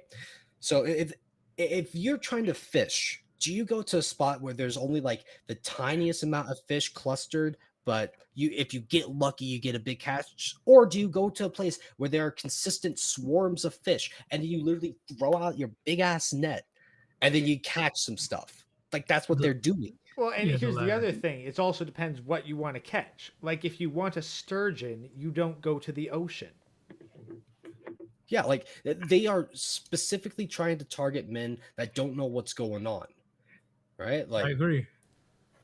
I agree. That's why they hate channels like us because we're calling out their BS, and in turn they lose their profit. They lose their money. yeah, 21 Studios is spurging out real hard over that. Yeah, the fact that he emailed Undead Chronic and said all that, bro. He like Oh God, the shit that he said about Hammerhand. I've seen the fucking messages. Like, dude, It's you have so, picked a fight that you are not going to win. so no. right now I'm working on my own video. So I will be talking about these pickup roaches. That's why I'm getting like very passionate about it. Because the thing is, I'm putting myself in the shoes of a guy who would go seek them out because for a time I can see myself being that gullible, right? Oh no, No, here's the fucking thing. Like this, like personal experience. I would have fallen for these guys back when I was 18. Like I did pay for some shit. I paid for fucking DVDs and whatnot. So, like that's the thing. Like I've actually like back in the day, back in like the 08s and whatnot, you could get fucking DVDs sent to you for a fraction of the price that these motherfuckers are charging you. Agreed. Yes, I remember those commercials when I was younger. They were just like, hey, you wanna learn how to pick up chicks, and like it's like a late night commercial. They're like, oh, just pay this for $20 and I'll give you all the steps Yeah. in order to 4 easy payments of $25.95 and you'll get the see. ultimate dating experience. I'm not that No, dumb. I'm not doing 4 payments. yeah, no, like honestly, I fucking hate payment plans. A lot of people I know recommend them. Like, nah, fuck that. I will pay up front or I just will not pay. Same. I never want to fall into a pit of like, oh, all these things are due. Either I pay for it or I don't, and that's perfectly fine with me. Yeah, no, but like legit, like if people seriously wanted this stuff, it'd be like, okay, I will dig into the deep dark hole that I buried shit that I'm ashamed of, and dig up my old fucking DVDs, get a fucking DVD ripper, rip the fucking footage, and send it to you for free. But goddamn, that shit is not gonna see the fucking light of day. Hey, great. Real quick. So I just went to Alex Playing with Fire's channel and I clicked on his ultimate dating blueprint link, right? I'm looking at the payment thing. So, like I said, he's doing the holiday sale, save $50 for the total price is $245, right? Jesus And fucking and Christ. but here's the thing. At the checkout area, it says get instant access 30-day trial. Subtotal $49 USD every month, one-time fee 245. This means that if you don't cancel this payment plan, he is going to charge you $49 a month. If you aren't on top of this, how many I'm not saying suckers as in like they're idiots, but how many poor dudes signed up for this thing and aren't realizing that $50 a month is being drained from their bank account? As someone who signed up for MMOs, probably a lot. Sometimes I remember when I was younger. Sometimes I forgot that I paid for Okay, MMOs. let me read this stuff out real quick. Do you mind? Like I'm like here's what's included. Yeah. Ultimate Dating Blueprint 2.0 access, 395 value. 20 plus value packed bonus chapters, $200 value. And I think this was the funniest thing. X-rated video demonstrations, priceless. You're right. If I could get a hold of these videos and fucking roast them, like censor them, but put them out on the internet, it would be priceless. 1 month mastermind access, $49 value, exclusive and unreleased frame control training, $200 value. This is why I'm talking. Me talking about like Fallout 76 wasn't just me spurging at like a gamer. I'm talking about actual stuff. This goes on, and people get sued over these inflated prices and price cuts, saving value and shit. But this shit, So, okay. I agree with everything that you're saying, which will come to my next question. And this is a subjective question because it's all about morality. Are we the bad guys no, for messing up their money? no. If they were selling a product that was right and true, it wouldn't matter if we were shitting on it. But the fact that people are stopping their subscriptions, the fact that their viewers are falling, they're probably getting more dislikes than normal, that is cutting into their profits. But the And fact that we're calling them out, are we the bad guys for messing up their money, fumbling their bag? Okay, are but you here's the thing. Like, are we really the ones that actually have it? Because here's the other thing. People have paid for their stuff. They paid for it long ago. They went through it. Like, would you call out a customer who got shit on and got a bad deal for saying they're a bad deal? It might not even be us that they're really mad at, but the fucking customers who are roasting them in the comments saying, hey, I took your shit for 6 months and I'm getting absolutely fucked and no additional pussy. You're full of shit. exactly like that kind of person is far more destructive than us because they have invested into it. I haven't invested shit beyond my time reading this stuff, but some guy out there is paying money, his hard-earned dollars for this kind of crap. Well, that's why I was asking because we called out a shit ton of grifters for the last year and a half, almost 2 years, right? And the biggest one was Cuck Murphy. Yeah. But Like, I here's say the on, thing. on the morality sense, were we in Like, the right for calling him out? here's Yes. the thing. I would actually say, like, look, people in chat, if you have ever purchased any of these plans, or like somebody who has, please get them in contact with me or Yeetus, let us know, and let's do an interview on what they got and what value they found out of it. I would Oh, absolutely listen to a fucking consumer review of this, even if it's positive, because maybe it is for all I know. I haven't and, bought it ju- and I'm not going to, but someone who did, I'd take their fucking testimony if they show me the receipt. and just to let you know, I'm playing devil's advocate, chat. I'm not really. Yeah, yeah, no, I get you're asking us the question, and yeah, devil's advocate. I get that. Like, I'm not saying that you're defending them. Yeah, but the thing is, I'm not trying to sound like I'm some sort of like the people. Are we bad people for calling out the government when they do shady stuff? For calling out a politician for taking a bribe under the desk? Are we morally wrong for questioning the truth of what someone might say? Right? Okay, will that be different levels though? Exactly. Because No, like it is a Well, way bigger thing of a politician taking a bribe for drug smuggling than some grifter on YouTube. Right? Like well, they are different. well, okay. Here's where I view it. Like I view it very much from the I try to look like, okay, what is objective morality? I can't find an answer. So I look at, okay, subjective morality is me calling out a grifter subjectively evil to the grifter. Well, yes, I'm fucking with them. I am screwing with their payments. They can absolutely call me evil, and subjectively, I can agree. Yeah, Now, like to yeah. the person who I don't think is going to get benefits out of subscribing to the grifter, if they had something that they would benefit from and I am keeping them from taking that benefit because they believe me over the grifter, then yeah, you could say that I'm the bad guy, that I'm evil. But if I'm saving them a whole bunch of money because they'd otherwise be spending their hard earned cash on a product that doesn't work, then I'm being objectively good towards them. So okay, my morality on the situation depends entirely on the effectiveness of the product that I am so discouraging them from. pretty much what you're saying is right. The old saying, you're the villain in someone's story. You're always the villain in someone's story.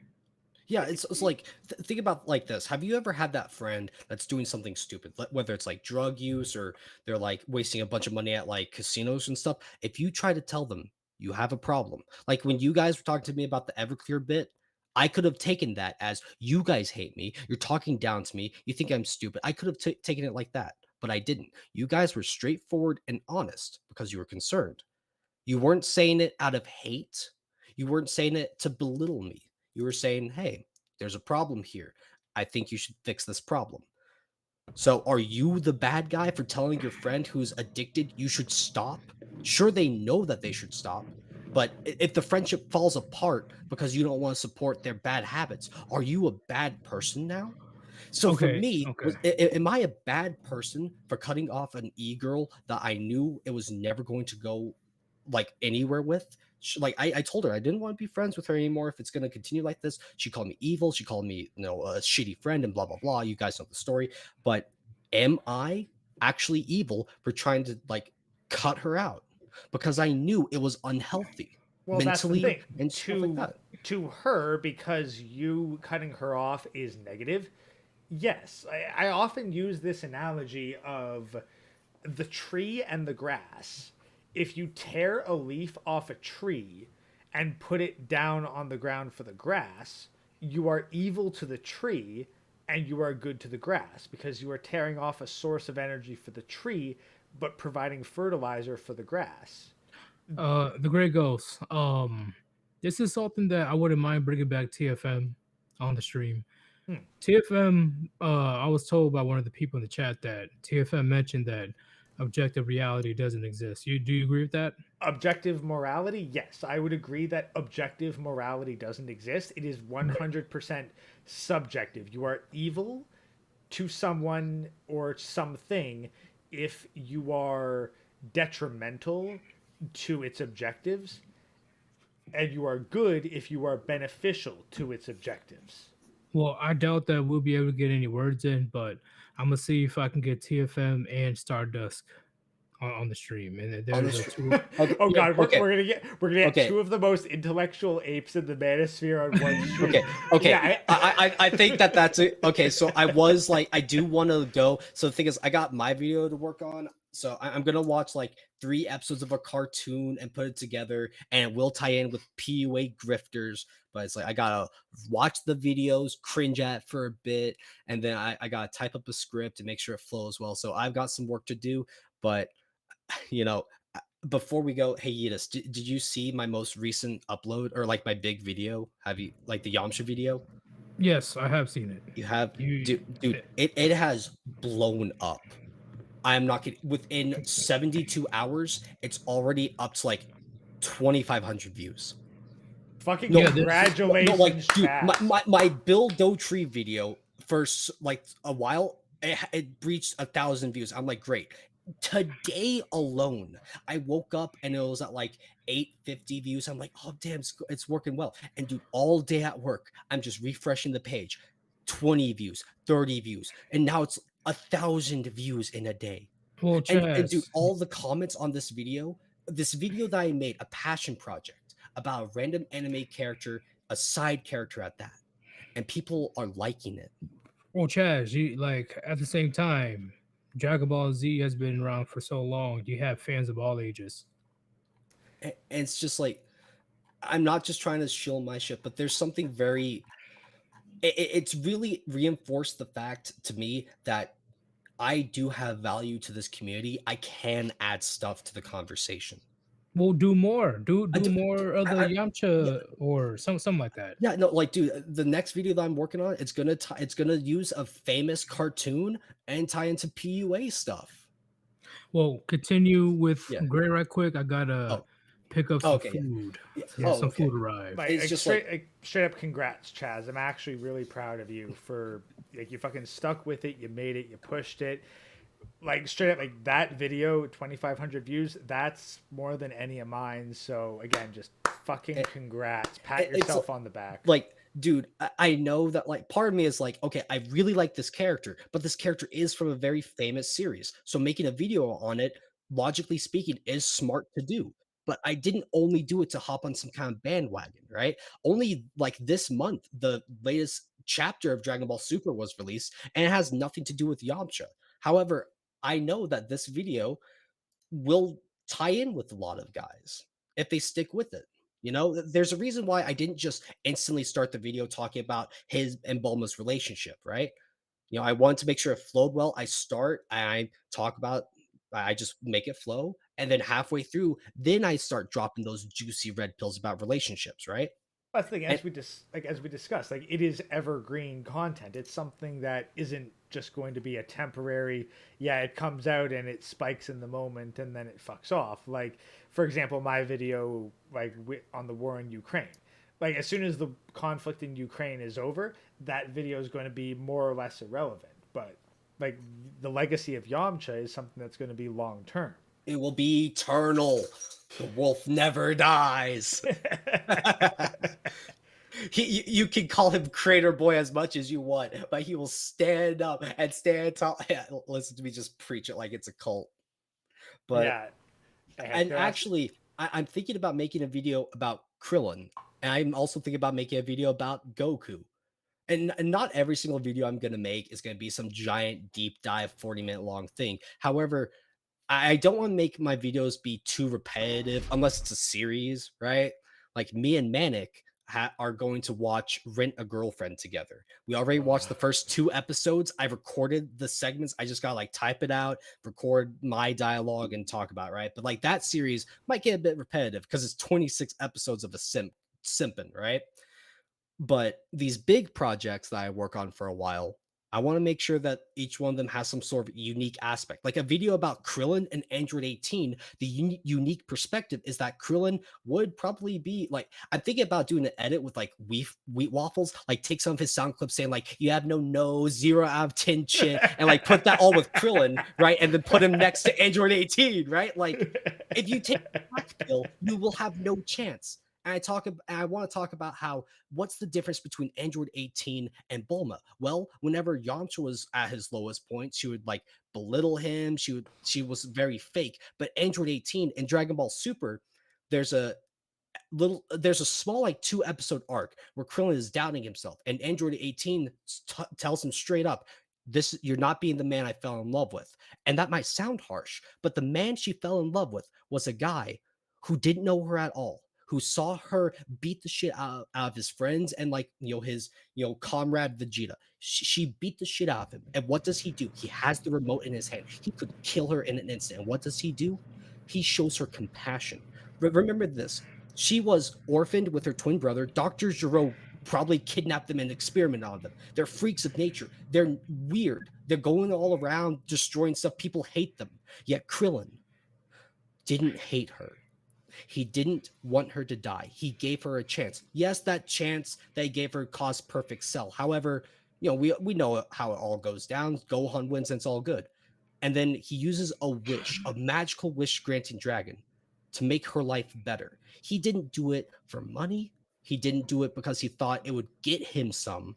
He just wanted to be a good person. And also, he's ripped as shit, right? Well, that's the thing. Like, what people forget, because Goku steals the spotlight, Krillin is technically the strongest human being on Earth, period. And it's something that's even better about Krillin is he is crap. In the very beginning, he's cheating in Roshi's challenges, right? He's mischievous and stuff. That mischievous nature still has continued on into his adult life, but he has transformed that mischievous nature into fighting. The Destructo disc, tactical, strategical, exactly, the Destructo disc. Most energy beams are just hard-hitting projectiles that don't do anything. So the Destructo disc plays on that idea. If Vegeta didn't yell at Nappa to get out of the way, it would have cut him in half. Yep. Yeah, the Destructo disc has never actually been blocked. It has only ever been dodged. It's only ever been blocked in like actually, the Dragon Ball Superheroes movie, Krillin does fire a Destructo disc at Perfect Cell Max and it bounces off. And there is the filler scene where he throws one at Cell and it just bounces off. But did he fight Boo? In a filler bit where Kid Boo's in hell, he and Yamcha are like together in hell, or like in the afterlife. Krillin throws a Destructo disc, cuts him in half, but he instantly repairs himself. And it's just like, but Krillin, I can make a video about Krillin and Android 18, right? I'm gonna do that. That's a plan I have in the future. But in all seriousness, it was nice for Krillin to help Android 18, but it only sounds good on paper, unfortunately. It gives us that hopeful factor. But I mean, like, come on, it's anime. Right? And I'm not just gonna say like, oh yeah, simp for every girl, but it's just like, now, Krillin is a good person. Keep in mind, Android 18, like, there's simping, but Android 18, so far as we know, is a virgin. Yeah, and she also hadn't killed anybody. Unlike her alternate universe counterpart, she'd racked up a 0 body count across every metric. Exactly. He told Shenron, "Hey, let me get those robo cheeks." That's what he said. Yeah, but like, the video I'm gonna make about Goku it's just gonna be a funny video. But Goku is a horrible father. Oh, he's no. The video isn't gonna be about him being a father. It's gonna be a bit something closer to home for me, but I don't want to spoil it. It's hey, Goku, to be fair, didn't even have a father or even a mother. He had a grandfather who dropped him in a crater, who dropped him in a canyon. But technically, he did have Gohan. Yeah. Well, remember his grandpa. Sorry, like his grandpa Gohan did tell him, "Hey, be nice to girls when you meet them." Yeah, it was a different time period. That's the thing. Like Goku had a fucking the only parenting figure that Goku had was a grandfather who died when he was very young, and then the closest thing he had to adult influences up until he married Chi-Chi was Roshi and Bulma. Piccolo as well, and no. Piccolo was an enemy. Remember, we're talking about. I'm talking about when Piccolo became good. But Piccolo is more an adult by that point. Piccolo was like Gohan a young supplementary adult when he became good. Like, he was but still pretty. Piccolo wasn't a father figure to Goku. He was more a father figure to Gohan. Yeah, it's different. I know. Like, well, Piccolo is pretty much Okay. the stepdaddy of Gohan. I Guys, agree. I'm so sorry. I know I derailed the fuck out of this stream talking about me. We're supposed to be talking about grifting, and then it turns into an anime thing. No, like, I'm sorry. I just wanted to show my own video and my own accomplishments. Chaz, you're not wrong, because was it Mr. Satan? He's a grifter. Yeah, well, actually, no, he's not a grifter, because remember, no, like he did legitimately win the World Martial Arts Tournament, like in between Cell Saga and Buu Saga. But the fact, which is that's only one time, but majority of the time he puts up a face that he is like this superhuman being, and then in exchange he got all this glory, all this money, all the women. Well, the thing is, to be fair, that only happened one time. Like this thing, like 18 through the match of the World Martial Arts Tournament because she knew that the money was not important to Hercule. It was the position. Exactly. And also in Dragon Ball Super, like the very first episode, Hercule gives a briefcase of money to Goku saying like, hey, I'm sorry, like you deserve the win. The people gave this money because they thought I beat Majin Buu. Like he puts up the image for the people, but he himself doesn't. Like he eventually has evolved to say, you guys won it. Like, thank you, Goku. So I see what you're saying, because his overall priorities isn't just to get money, but like Hercule, that's the thing. Like Hercule, like he's the symbol of the people. And keep in mind, it is Hercule above all else that actually does lead to the long-term defeat of Majin Buu, because his kindness towards Majin Buu, despite being physically weaker, he manages to force Majin Buu to separate into the good Buu and the evil Buu. Okay. Everything up into the Buu. Before the Buu part, like, come on. No, like he is a pretty like hard. He takes credit for the Cell thing, but he has a character arc, unlike these pickup roaches who have no fucking arc. I agree. Like Hercule Satan, he's a funny character. However, that motherfucker pulls 3 buses and rips like 5 phone books in half. Like, sure, like compared to planet destroying Galacons and Death Balls, it's like funny, haha. But if we saw that in person, we would be losing our fucking minds, right? Oh, I don't remember that. Let's be honest. If Hercule had been in like... No, he is that strong. He did that in the anime. I forgot. I didn't know. Well, that's the thing. Like, he absolutely could probably compete with, like, at the very least, the Dragon Ball level fighters. You know, back before there was all the interdimensional travel and potential unlocking. Hercule would probably be fucking broken as shit if he could get Zenkai boosts and like the Elder Namekian unlocked his potential and all that kind of shit. Okay. Sorry, I just no. I want to compare. So wait. Mr. Satan, Hercule is the Rock Lee of Dragon Ball. Yeah, he is. He's just a normal dude, just trying to fight these giant fucking monsters. Yeah. I'll compare somebody to real life. I'll put him along the lines of Andrew Tate. No, Hercule along the line. No. I'm saying when it comes to Andrew Tate is strong. Andrew Tate is masculine. Andrew Tate still does his thing, but at the same time, he definitely relies on his image to get what he wants. I guess, but like Hercule. Okay, so if I remember correctly, the canon is that for the past few martial arts tournaments, he and Majin Buu enter together, and Hercule legitimately wins his matches. Buu will get in the other end of the bracket. He and Majin Buu fight for the finals, and Buu throws it because, you know, like he sets it up. But like Hercule does legitimately win some fights, you know, like I agree. He's not a loser. He's stronger than any fighter that isn't a Z fighter.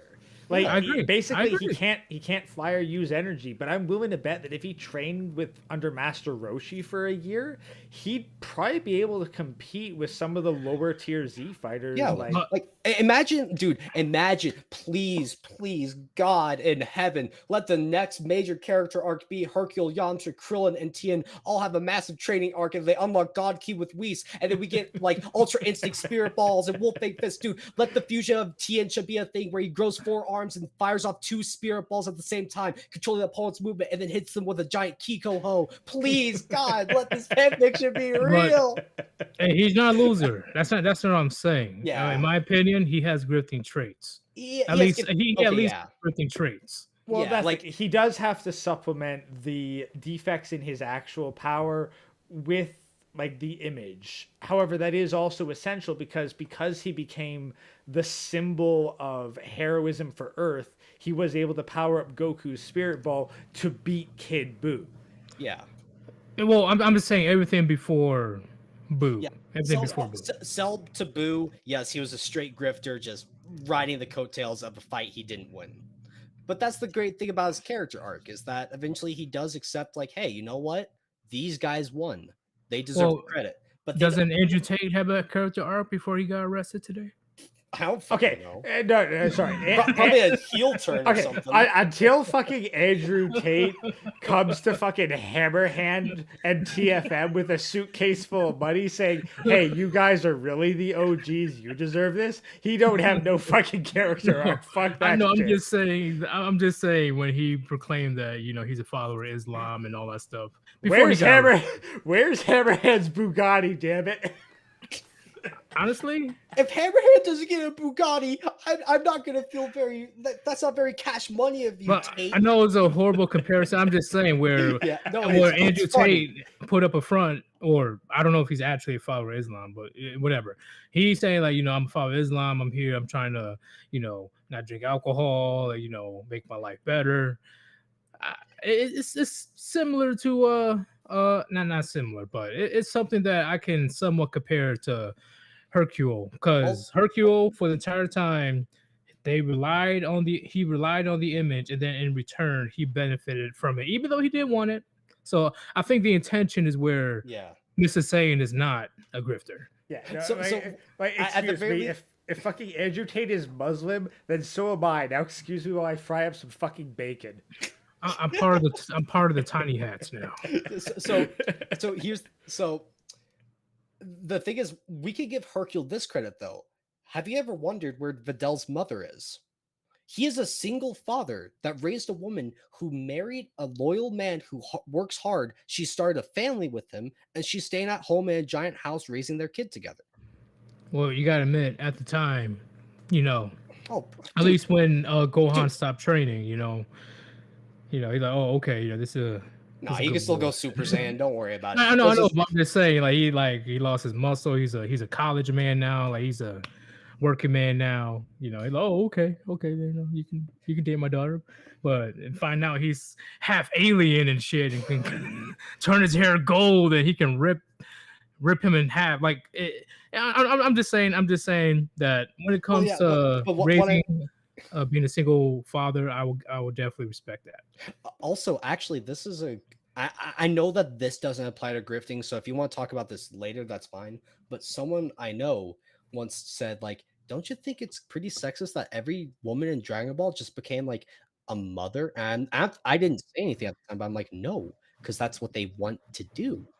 They have a biological instinct and drive to have kids, and God fucking forbid these women want to stay home and raise their family. Like, Bulma is kind of the exception, but Chi-Chi, 18, and Videl, all of them are loyal to their partners and are like, they're raising their kids. Sure, like Chi-Chi, she's overbearing, blah, blah, blah. But it's like, at the end of the day, she's still just trying to raise their kid together, right? Yeah, even when Angel 18 is like pretty much running the show, pretty much, she still wanted to settle down and have a family. Like, here's something I want to talk about in the Krillin video. So have you seen the Resurrection F movie or arc in the anime? Have you seen it? You talking about with Gohan with his new power? No. This is like a few years ago. Like the Resurrection F movie. Like, this is the second. No, I haven't. Okay, so the plot is that Frieza's army comes to Earth. They gather the Dragon Balls. They resurrect him, right? So a few months later, Frieza comes to Earth, army in tow. Rage just fuck up everything, kill the monkeys that fucked him up, right? So they're sensing his ki. They're all getting together. Krillin tells Android 18, he says to his wife, "You stay at home, protect Marin," while he flies off to the beach side to fight Frieza. Why the hell? Like, I'm like, hear me out. Why the hell would the weaker person in the relationship try to fight the bad guy? Because if all hell breaks loose, if something goes wrong, he knows that 18 is stronger and can protect their kid. She is the last line of defense. Krillin went to the battlefield accepting that he might die, hoping that his wife and daughter could find a way to escape. If that Facts. isn't like strong as shit, I don't know what. And Well, 18 just said, like, 18 stayed behind. She didn't fight him all that hard on wanting to go to the battle with him because she respected his choice as her husband. Well, and it is also the logical choice because Krillin's like, look, if they manage to off me, then they still might not be able to get 18.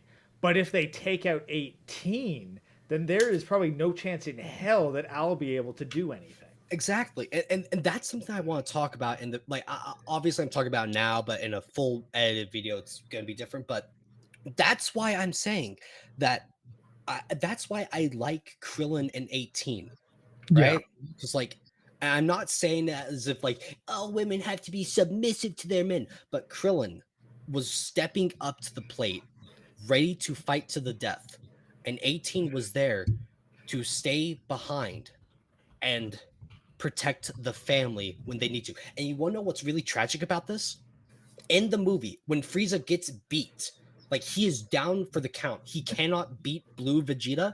What does Frieza do? Frieza blows up the entire planet.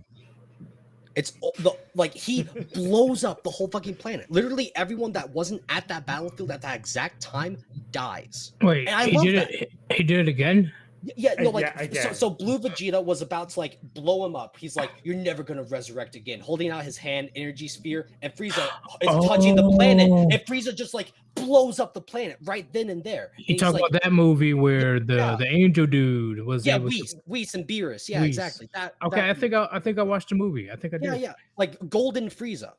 Yeah, Golden Frieza. Yeah. Yeah, like and I love that because like Krillin was trying his best to protect his family, but by telling her to stay behind, she dies. I love that tragedy. Like when you actually think about things and look autistically deep into them, you can find good stuff and stuff that's pretty mediocre. Now, to be fair, like, here's where I would slightly object. Okay, so we know that Z fighters can exist like by protecting themselves with energy. They can take planet destroying attacks. Like OG Frieza is capable of blowing up a planet. Yeah. And we know that base level 18 is magnitudes of strength beyond Frieza. But can they breathe in outer space is the problem. Well, Beerus and Goku can when they're strong enough. So as a human, I don't know. Actually, no. Like Frieza fighting Goku was holding him underwater, trying to drown him. Remember? Yeah, but didn't Beerus and Goku fight in space at one point? Well, I think it's implied that like it's outer atmosphere kind of thing. Yeah, I'm not saying you're wrong, but it's just like great. You're sitting in your house, you're just chilling with doing whatever, and suddenly your house falls upon you. Right? Like it's kind of like let me that. put it this way: like at the very least, I don't think that they would have died immediately. I think that had it not been for the entire destruction of the planet, 18 probably protected Marin for a while until the cold void of space took them. Like she could probably have made an energy sphere or something, but it's just like let the movie. You know what I mean? I accept that. Yeah, like I will allow the movie to movie, but I don't honestly think that Frieza blowing up the planet immediately took out 18 and Marin. It immediately took out Yamcha because the writers didn't let Yamcha fight in that arc. Okay, I know I didn't touch on this much in the video because I didn't want to get too butthurt. The fact that Yamcha wasn't there to fight to protect his planet is character assassination. I fucking hate that. Like, Yeah, he should have at very least been no, on the fucking. the fact that Roshi is there and not Yamcha is bullshit. I'm not saying Roshi being there is bad. Far from it. I like how they're adding Roshi, but the fact that Yamcha just stayed back and did nothing. I can't. Wait, No, wait. You talking about the Tournament of Power? No, Or- the Resurrection Arc movie where Frieza has his that minions. okay. Frieza has his whole army to conquer the Earth, and the fact that Yamcha didn't show up to fight, it's not in his character. He always shows up to fight. Well, you know how they do them dirty all the time, you know. Yeah, like If it was my perfect movie, it's just unfortunate. Although here's the thing: when it comes to like, hey, let's resurrect past villains to fight in the Tournament of Power, why did they not bring back Perfect Cell? because Golden Frieza is established to be stronger at that point. Oh, okay. Well, Perfect Cell is still strong in itself, like very strong. Okay, Perfect yeah, but Cell like, is Super Saiyan 2. Golden Frieza is sorry. Go ahead. Okay, but like, what is? Wait a minute. They brought in Roshi instead of Perfect Cell. I'm not saying replace Frieza with Cell. I'm saying replace Roshi with Cell. Well, it's because Baba could only bring back one person for 24 hours. Fair enough. Okay. Well, Roshi, he is pretty much immortal that I know of, and he does have a lot of knowledge and experience and blah blah blah. Actually, yeah, I really liked how he fought in Tournament Power. Like he himself says, okay, so all these strong people, they can beat the other strong people, but it's the creative fighters that are going to be a problem. So he uses the evil containment wave, steals like a dozen people in jars and shit, and like tosses them off the stage for a ring out. It's really creative. I love it. Krillin was a problem, right? So he was creative, right? He fought. No, okay, Krillin got done dirty. He and 18 have a really awesome moment where they're doing a volley back and forth. Like they're throwing a ki blast back and forth like they're throwing a ball, and the energy ball is getting larger and larger, and they're throwing it between like a guy, like they're both on one side of a dude, they're pressuring him, and they knock him out, right? Krillin is the cheer, and he's like, yay, we did it. And then a random dude just snipes it, like just backhands him off the stage. Yeet. No, they actually did Krillin so dirty in the Tournament of Power because like 3 or 4 episodes are building up how Krillin now has a power boost. He's confident in himself. He and 18 are having great chemistry in their fights, and they just yeet him off the stage. I fucking hate it. In my opinion, they did Vegeta dirty. In my opinion, they did Vegeta dirty. He should have last at least. No. Like, don't get me wrong. Android 17 is MVP. Don't get me wrong. Dude, nothing will ever beat 17 Frieza and Goku fighting off Jiren. Like, I have a lot of problems with Dragon Ball Super. The climax to the Tournament of Power, it was great. It was the epitome of desperation. That's what I loved about that scene. That was like, it's if we don't win, it's over. Yeah, I really liked it. I loved it. But so Vegeta, I know we're talking about Dragon Ball a lot. I just oh yeah, you gotta go. I forgot. My bad. It's also that, and also I just want to say I am sorry for derailing the conversation like this. It's all good. See, we shouldn't be talking serious 100%, in my opinion. We should be able to derail and. I mean, I still like put in those like good juicy red pills about like the husband and like you said like Hercules very much a grifter, and we talked about it, so it's not completely useless. I get like this a lot. I actually rely on people to rein me in. Anytime someone says, "Hey, can we get back on topic?" I don't take it as like an insult. I'm like, "Oh yeah, I'm rambling." So anytime you need me to be back on topic, just pull me back in a bit. It's all good, man. But I'm gonna let you do your thing. I don't want to keep you behind. Okay. Do you want me to tell you the character that I'm going to talk about, or do you want it to be a surprise? Tell me. Boomhauer from King of the Hill. Oh hell yeah! Boomhauer from King of the Hill. The guy who speaks in fucking incoherent. Dang, man, I'll just like go on PPO, man. Just like yeah. The video is going to be about him and pickup artists. I know, like, it might sound like a stretch, but trust me, I figured out the perfect pivot into it. Honestly, like just that right there, Boomhauer and pickup artist, you have me intrigued. Exactly. Like that is actually the niche content that I have found. I will talk about animations, like things that I know in my past, and then like just associate them with like red pill this, pickup artist that, right? And it's like I really want to make this video as soon as possible to capitalize on the destruction of 21 Studios. Like I'm gonna like fucking go so hard on this video, man. It's gonna be great. But in order to go hard on it, I gotta make it right. Yeah, so honestly, we probably should let you go because otherwise we'll be talking about Dragon Ball for the next hour. Dragon. Next hour. Hey, great. Hey, Greg, what's your favorite soundtrack? Like, do you have a favorite movie ending theme of the whole playlist? Like, do you like Giri Giri, Burning Fight, Kishikino Big Fight? Yeah, See, let me start with season Ikusa. one. Let me start with season one. Then we'll keep going. So the opening theme of Dragon Ball is actually it has a lot of Chaz, I was things. joking. No, I no, was no, no. I oh play into the bit of like, okay. I was oh, about to okay, say. yeah, no, dude, I'm I about was to like, leave. shit. No, it's like I was playing into the bit. I do that all the Yeah. time, where like someone offhandedly says a thing, and then I go like crazy in depth. Honestly, though, off the top of my head, Chaz, I'd have to say Ghost in the Shell and Witch Hunter Robin. What What are are those those? two? Like Oh, honestly, Ghost in the Shell. Chaz is young. He's young, so he doesn't know. Ghost in the Shell. Like Ghost in the Shell standalone complex, both the intros to the first and second season, so Ghost in the Shell standalone complex and second gig, and also both the intro and the ending to Witch Hunter Robin. I got a lot of nostalgia for those. Oh fuck yeah, Bro, okay. Chaz, you got to go because Yeah. I love anime, so that would definitely. Don't worry, Yeetus. You'll hop on my stream when I play Dragon Ball Fighters. You can watch some sick gameplay, and we'll just talk about the series as we go. But, No, we still gotta face each other, so that's dude, definitely gonna happen. dude, hit me up in a set. I am ready whenever you are. Trust me. Fuck, I'll probably go download Fighters myself. Although honestly, Well, I'm more a fan of the Budokai Tenkaichi series. Well, like the Steam winter sale is probably on. If like it's probably just gonna be like 10-15 bucks at most. Well, first I gotta fix Sea of Thieves. I'm still trying to fix that honestly, nonsense. it's $12. So yeah, I'll pick up Fighters and see if I have the time to learn how to play. Dude, Hey, just man. smash buttons. It's gonna be fun. Hey man, peace out. You Peace. know, this was a great conversation. Wait, real quick before I go. Last thing I'm gonna say, please subscribe to the Gray Ghost. He tries so hard. He puts up with my bullshit. He puts up with my autistic ramblings. He's such a fucking giga Chad. And if you have just a few shekels you want to donate to him, please. He really does. He has earned the shekels, in my opinion. My humble opinion. He puts in the time and effort. He really is a good guy. If you really do want to donate a few bucks, please do. The Gray Ghost is only 10 subs away. 10 subs away. Come on, guys. We can do it. Only 10 subs left. We can do it. Sadly, we won't be around to see you hit 10K. To see you hit 10K tonight. 10K, not 1K.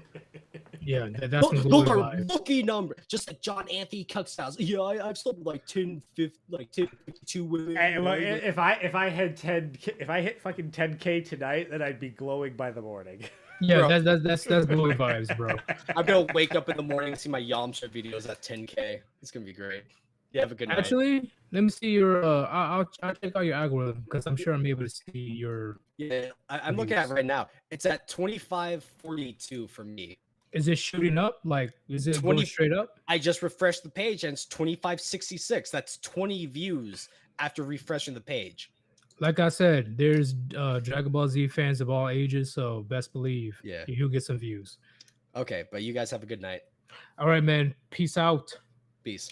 Like, yeah, I'm literally 10 subs away from 1K. So I think I might actually be able to hit fucking 2023 with 1K subs.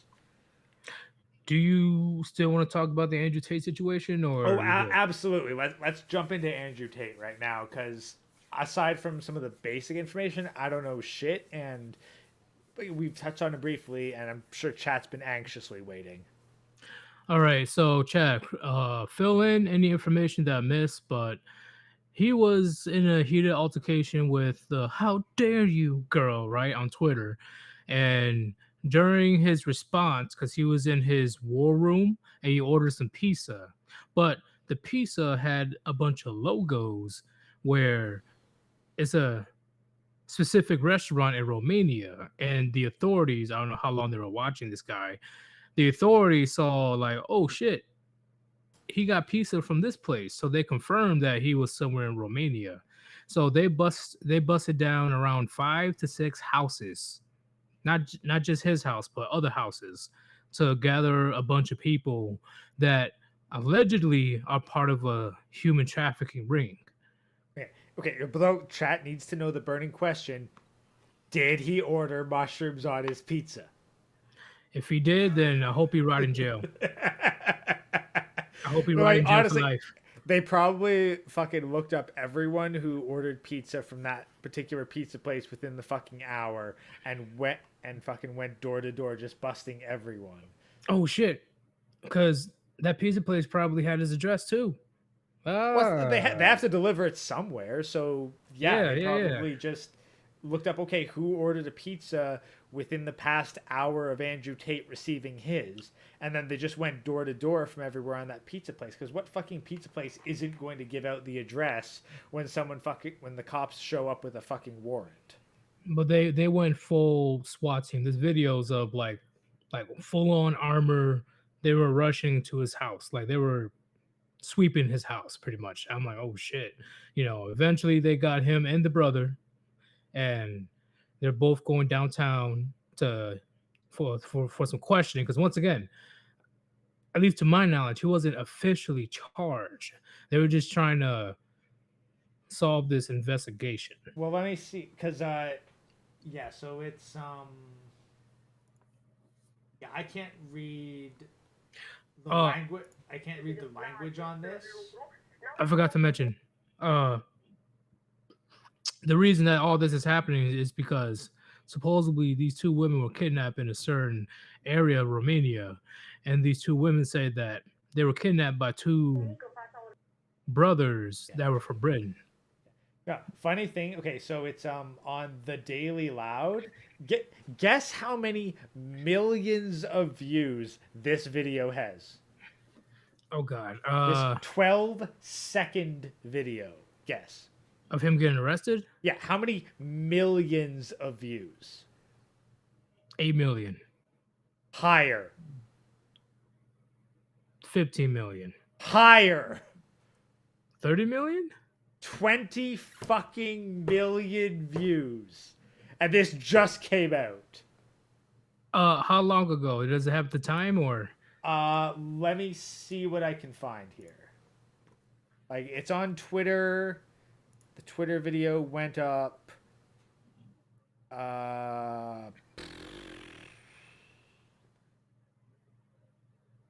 Okay, let me see when it was. So it was posted like on the Warband channel like 4.5 hours ago. And it has 20 million views. Holy moly! Yeah. So okay. Yeah. So 4 hours ago from the Daily Loud, Romania authorities needed proof that Andrew Tate was in the country, so they reportedly used his social media posts. His ridiculous video yesterday featured a pizza from a Romanian pizza chain, Jerry's Pizza, confirming he was in the country. Yep. Yeah, okay, so no, here's the thing.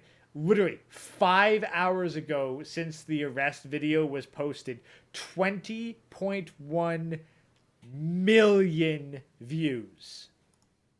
That's how much he's well, Andrew Tate was the most searched person on Google in the world. So it's going to happen again. Like this is some crazy stuff that's happening right now. Like his haters are preying on his downfall, like immediately. Because I'm all about innocent to improvement. I'm all about due process chat. So none of that guilty to proven innocent bullshit. Yeah, no, that's fair enough. Like he may or may not be guilty of this particular stuff. We'll wait for this stuff to come out and let him all get his due process shit.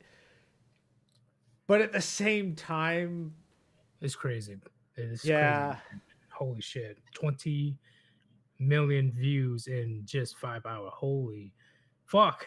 Damn. Like I can't even like fathom, not gonna lie, bro. But that is crazy. Now keep in mind that's not necessarily 20 million pairs of eyeballs.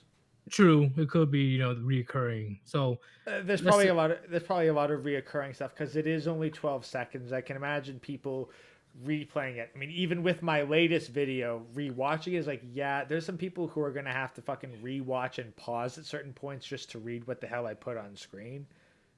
So let's say 8 to 10 million. Like just to be generous. Yeah, like I'd say 5 to 10. Like let's assume that people are rewatching it 2 to 4 times on average. So 5 to 10 million pairs of eyeballs. Just a rebel in his misery. Just a like yeah. Even just confirming. I imagine like replaying it to go like, holy shit, is that actually him? Well, he was wearing a hoodie, right? Yeah. So yeah, And the I lights see what you're saying. and the lights kind of bright too, but Speaking of lights, how the fuck did all this paparazzi got like? How do they know that this was going to happen? They all arrived. I can answer that because this actually goes back to the 1930s, 30s, I think. Like paparazzi, they have police scanners, and they will literally just sit around listening to police scanners until they smell a scoop. So if they hear something like, "Hey, we're gonna go arrest Andrew Tate at this address," you bet your fucking ass the paparazzi is there faster than the cops are. I agree, and at the end of the day, chat, you got to understand, Andrew Tate is very influential. And he does go against the grain, even though he's a complete grifter. And he did mention that if anything happened to me, I'm not. I don't kill myself. I don't yeet myself. So just keep that in mind. Yeah, no, I wouldn't assume that he's gonna off himself in some backwater Romanian prison. However, Just say, yeah. If anything happened to him, he said on air, I don't do I don't do that. but hey, let's be honest. If this is the guy who's bragging about his fucking Bugatti or whatever, I hope to hell he saved enough for a good lawyer. Oh, he's gonna have the best lawyers. Oh, him, and his brother, because I think his brother was arrested as well. Yeah, no, his brother was arrested too. But it's like, I hope to fuck that you put aside enough money to get a good fucking lawyer. Right. And once again, Chad, we're not defending. We're just speculating. We don't know if he's guilty or not. This is all allegations at the moment. And we're just gonna wait for more information. But right now, this is fucking huge because you know how big Andrew Tate is. This Well, is huge. and here, okay, here's the other thing. Why the fuck is he wearing a hoodie? Good question. I don't know why. Well, Because that's the funny thing. Like, do the cops go, "Okay, well, we understand you want to hide your identity, so we'll let you wear a hoodie before we escort you outside"? well, do you think it's because since his mansion was like swept by SWAT team, he didn't really have time to, you know, I'm not explaining, but he didn't really have time to put on the clothes that he wanted to do. Like, Well, no, no. I'm just thinking, like, who the fuck wears a hoodie inside their own house? I do. Fair enough. Well, he's rich and he's the quote unquote top G. So I don't know what the rich people do. Well, Bro. like, let me put it this way: if they're dragging me out of my house and I'm not expecting it, I ain't wearing jeans. I'm wearing my fucking pajama bottoms because I like comfort. Either that, I'm gonna wear. I'm gonna look good if I'm gonna, be with paparazzi and stuff. like, hey, I'm gonna put on my best clothes. Oh, I am absolutely wearing my fucking Chudy Bunyu outfit, man. Like, I'm going out looking like a goddamn anime character if they're taking me away in cuffs. But speculation, do you believe that this is a false allegation from the two ladies that were found? Because it could be any person from Britain. That's the thing. I'd put it at a fucking coin toss, just given what I understand his dad was involved in. Like, I'm putting at a straight up 50-50. I don't know. Right. I'm giving him a fucking blank slate benefit of the doubt. I'm not gonna say, "Oh no, it's unlikely." It's like, no, it's certainly possible. It was like, "Oh no, he absolutely did it." No, it's possible that he is getting fucked with. I'm giving him like a straight flip of the coin whether or not I think he did it. I don't know one way or the other. Well, we talk about Tory Lanez, the rapper, where there was so much evidence where there was reasonable doubt. They still they still put him guilty of all charges. It's kangaroo court. Oh Yep, yeah, court. that's the thing. Andrew Tate absolutely could be getting railroaded. That is possible. I'm not saying that isn't. Right. I'm also thinking that, it is entirely possible he has been involved in human trafficking and he's getting busted on very legitimate claims. That too is entirely possible. I don't know enough to say one way or the other, so he gets a 50-50 from me. If he actually did it, that's beyond stupid. because the position that he's in, I don't think he really need to do that.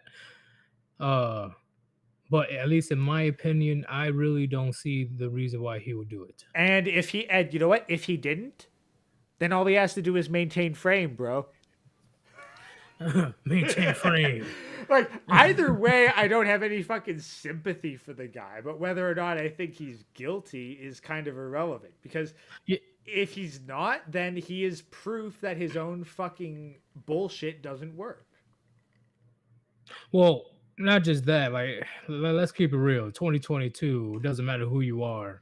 Me Too allegations will ruin a man. No, but that's the point. Like, Andrew Tate runs on the premise that if you are just like him, then you're not going to suffer the consequences of normal men. So far as I'm concerned, fuck him. Like, he said that? Well, no, but that's the whole idea. The whole idea is that, like, any man who gets ruined by the divorce or family courts or false accusations, they were just lesser men. To see him dragged down to the level of the very people he degrades, yeah, no, I got no fucking sympathy for that shit. Fuck him. Well, I doubt he said anything about false allegations because he's been false. He had false allegations before. Okay, that's the thing. I don't know jack shit. No, it's fine. I'm just letting you know. Yeah, no, that's the thing. But it's the whole PUA grifter thing. Like, if you're selling relationships as something to be desired, because he has said, like, a man is nothing without a woman, right? He did, yes. He ain't no fucking MGTOW. He ain't calling out this bullshit unfairness, is he? No. Then, so far as I'm concerned, he's advocating for the plantation. And if he dies a victim of the fucking plantation, then he's just a fucking example. And I got no fucking sympathy for someone who advocates for the enslavement of men and then dies by the same thing that they do. Well, I have a little, just a little, because he went against the grain. He got way too influential, and he definitely caught the eye of the powers to be. Like, I guarantee you, he did. But then but that's the thing. Then I would say to all the men is like, look, your fucking hero Andrew Tate got fucking skewered. What the fuck makes you so special that you think you're better than him? Because if you did think you were better than him, you wouldn't have listened to him in the first place. True. But what I'm saying is he's the one that had the balls to go to that point. Because he said a lot of shit that majority of men in the West are too afraid to say. You know, or thinking. So at this moment, honestly, Yeetus, maybe between the ghost and the skeleton, you got more of a heart than I do. Well, I probably do, because that's the tiny sympathy, because he knew what was going to happen. That's why he specified that the powers to be, first they will try to slander you. Second, they will try to throw you in jail. Third, they will try to kill you. Yeah, well, at the very least, then I will just accept his fucking skull on the altar of sacrifice that will teach men to not fuck for with example, these people. Ye's been missing for the last week and a half, 2 weeks. Nobody know where he's at. So nobody knows. Yeah. So that's what I'm saying. People that goes against the grain, you know, I'm like, okay, you got the balls and you have accepted your fate. You know, a lot of men, they don't have the balls to tell the powers to be, right? And I will say tiny hats, that we see through your bullshit. Even though he's grifting, right? He's grifting. I agree. He's a big old grifter. But the fact that he's, what's up? Like this thing, like if I stop contacting anyone, you know, within the first week of January, there is a decent chance that I got into a fucking accident and work and my head is now spread across good 5 square feet of concrete. But at the same time, if I was taken out by the you-know-what, it's like, look, here's a fucking example of what happens when you tell the truth. Like, don't fucking mourn me. Learn from this shit. But the lesson is, do you have the balls to call out the bullshit, or are you just going to cower and follow the sheep?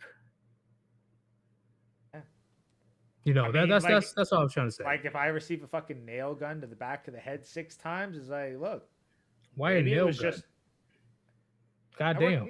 I work in construction, man. Like, Jesus Christ. if you're gonna have a fucking accident there, you may as well have it with a workplace tool. 6 times? Like, God damn. Like, Hey, if someone gets paid enough by the Clintons, they're gonna make sure that the fucking job's done right, you know? Hillary, why are you here? I didn't even talk about you. Why are you here, bro? Like, what's going on? I didn't even say anything about you. Why you trying to take me out? Like, because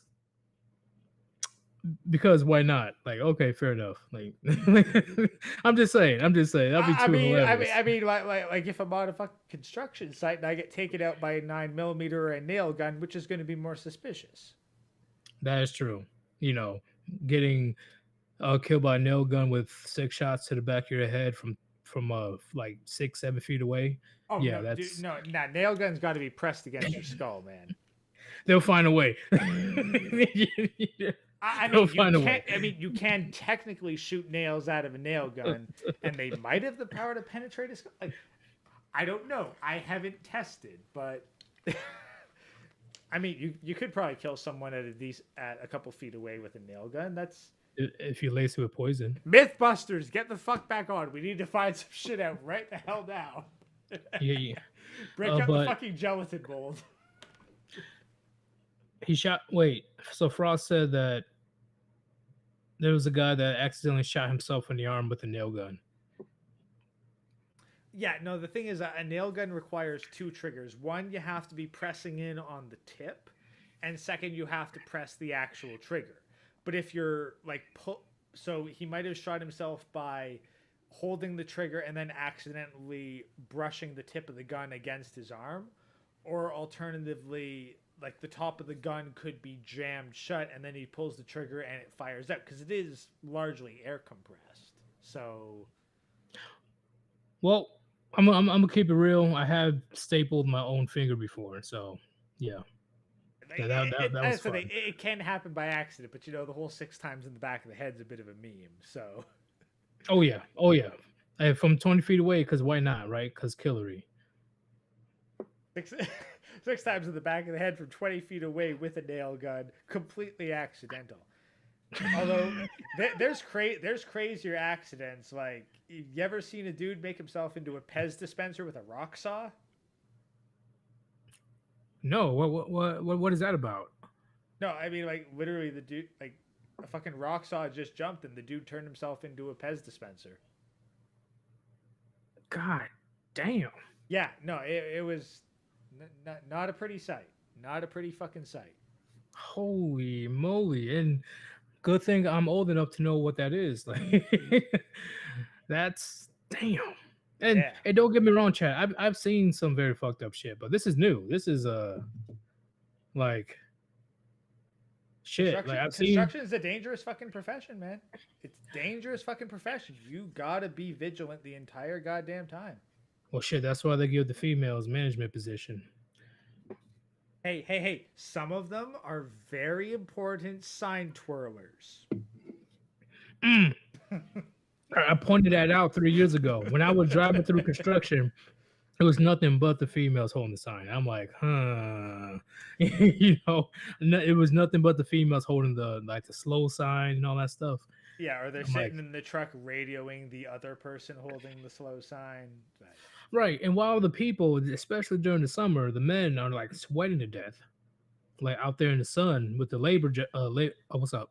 It is not fun. Like dressing in fucking multiple layers, being out on asphalt for 8 to 10 hours a day. It is not. I can somewhat relate because I had to put on full battle rattle and do all this crazy nonsense in over 100-degree weather in the Middle East. So I can somewhat relate. Yeah. I mean, honestly, at the very least, I'd have more sympathy for the military guys who work in the fucking weather because at the very least, like, work usually supplies water bottles and we'll get time in the shade every now and again.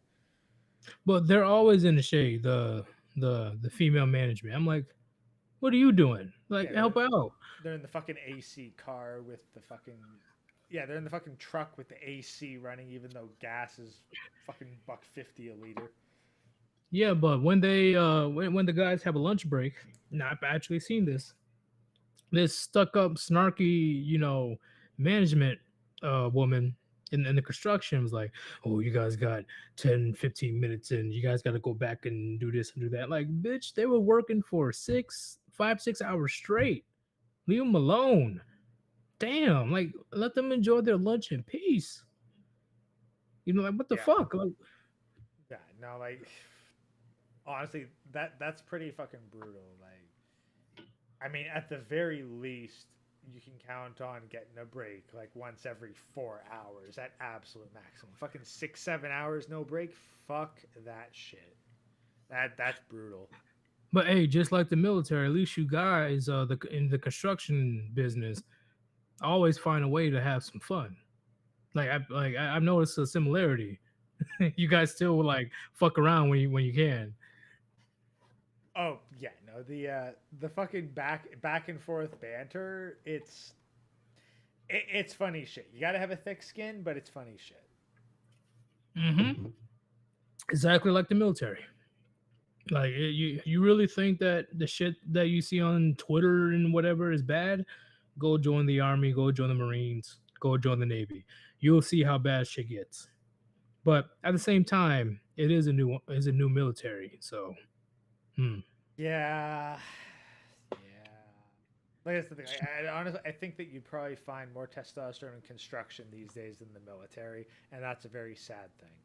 Oh shit! When I went to my first unit, like my own platoon started threatening to kill me because he didn't like the way that I was like, doing all this crazy formal, like, sir, yes, sir, no, yes, sir. Blah, blah, blah. He's like, you're in a real unit now. Like, shut the fuck up before I goddamn beat you to death. I'm like, oh, all right.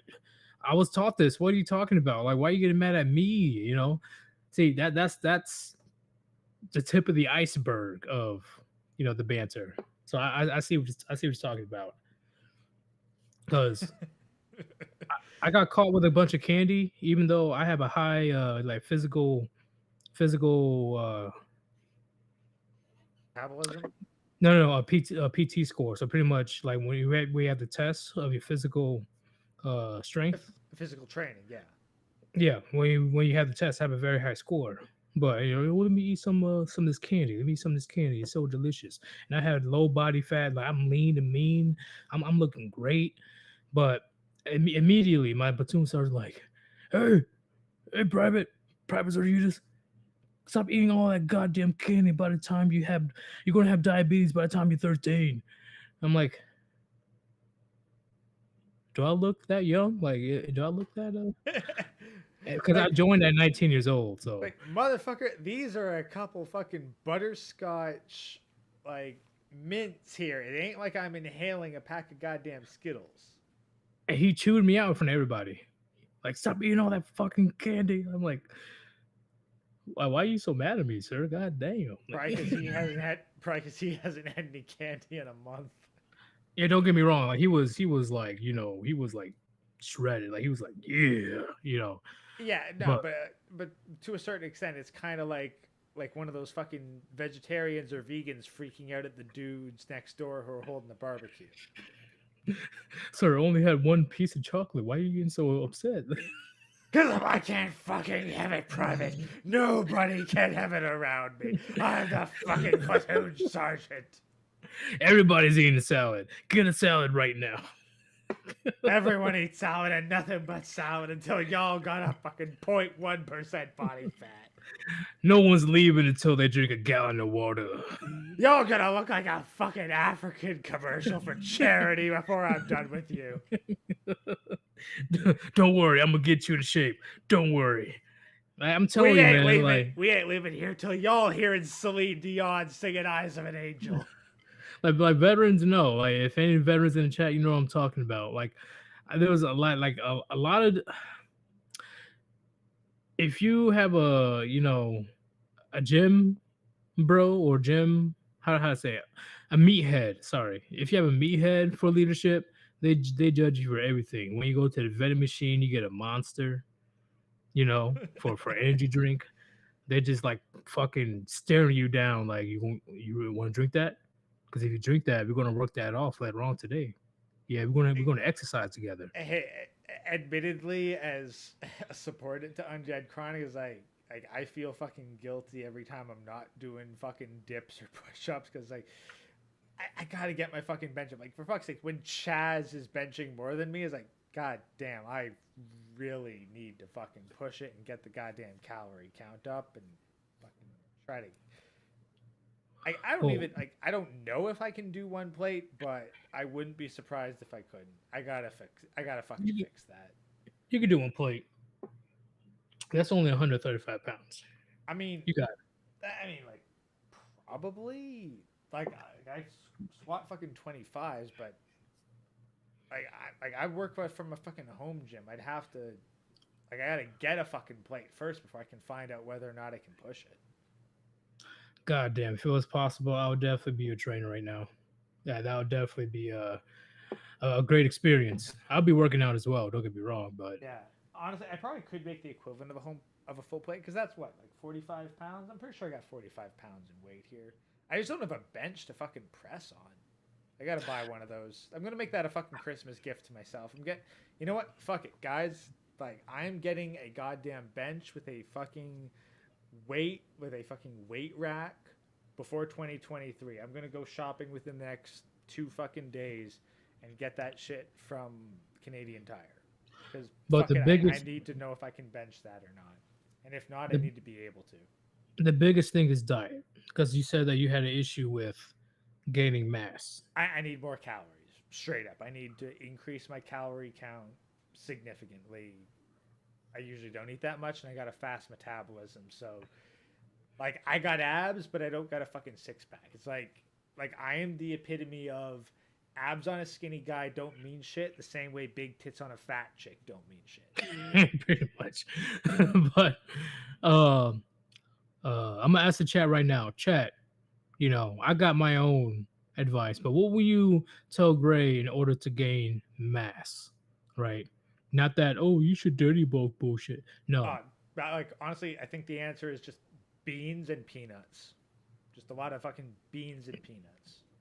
Beans and peanut? No. You gotta get them carbs in. Oh, I eat a shit ton of pasta. That's no issue. See, that's the thing. You got. I don't know how truly fast because you gotta. I know you have to go to some like center to actually know how much you truly burn and stuff when it comes to calories.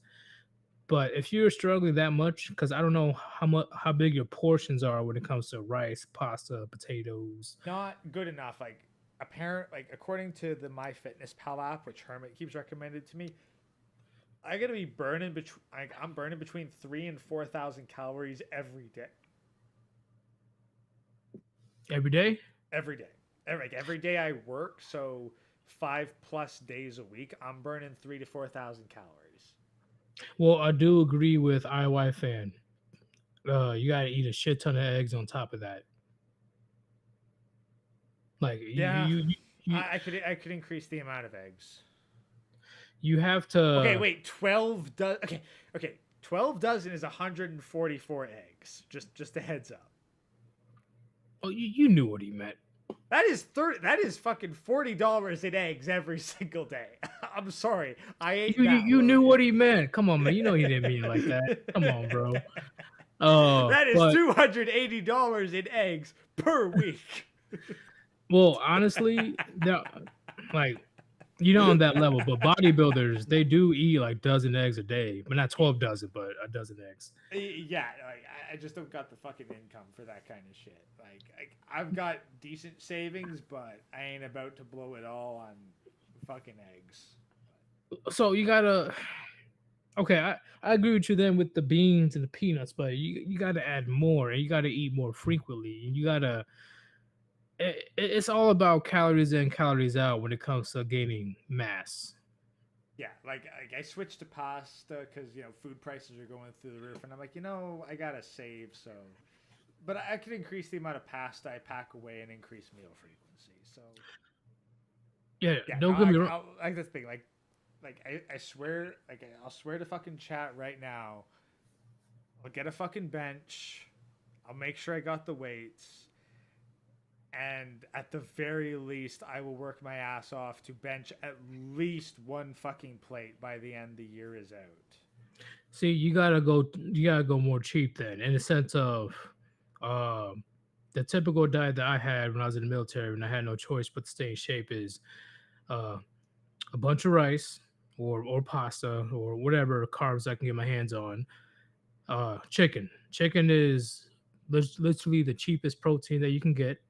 And when it comes to veggies, I'll eat veggies here and there, but I'll get like canned veggies or frozen veggies. I'm not trying to get let's get the organic, uh, gluten free, whatever. No, just get it from the fucking can or get the frozen ones.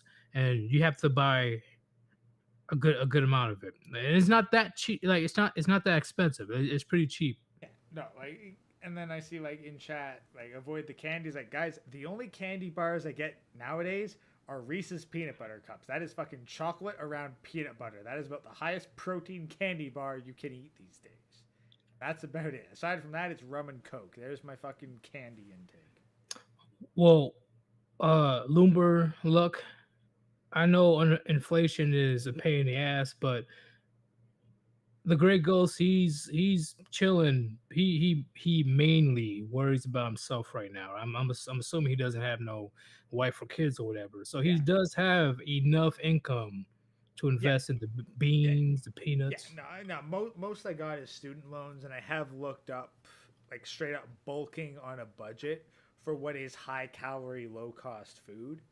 And honestly, chili is very cost effective if you make it yourself. So Yep, like you can. chili and like cheap and like ground beef style pasta, cheap, high calorie. I'm working with that. I just need to increase the amount that I eat, not so much what I eat. It's just more portions more frequently. Yep, because you can put chili over rice Yeah. or pasta. Chili on rice, chili on pasta, fucking beans, meat, like meat, ground beef, potato sauce, and then if I snacked on peanuts in the off time, I'd probably be fucking golden. And then it's just a matter of putting in the effort. I think it's because you have a laborious job. Do you think that's the case? That's definitely part of it. Like I lift a lot of shit at work and fairly heavy shit. Like I've legit had like I frequently am carrying like 100+ pounds around daily. And honestly, with the amount of snow that's fallen recently, I'll be doing hardcore shoveling probably for the first week of January. So then this may be a problem then.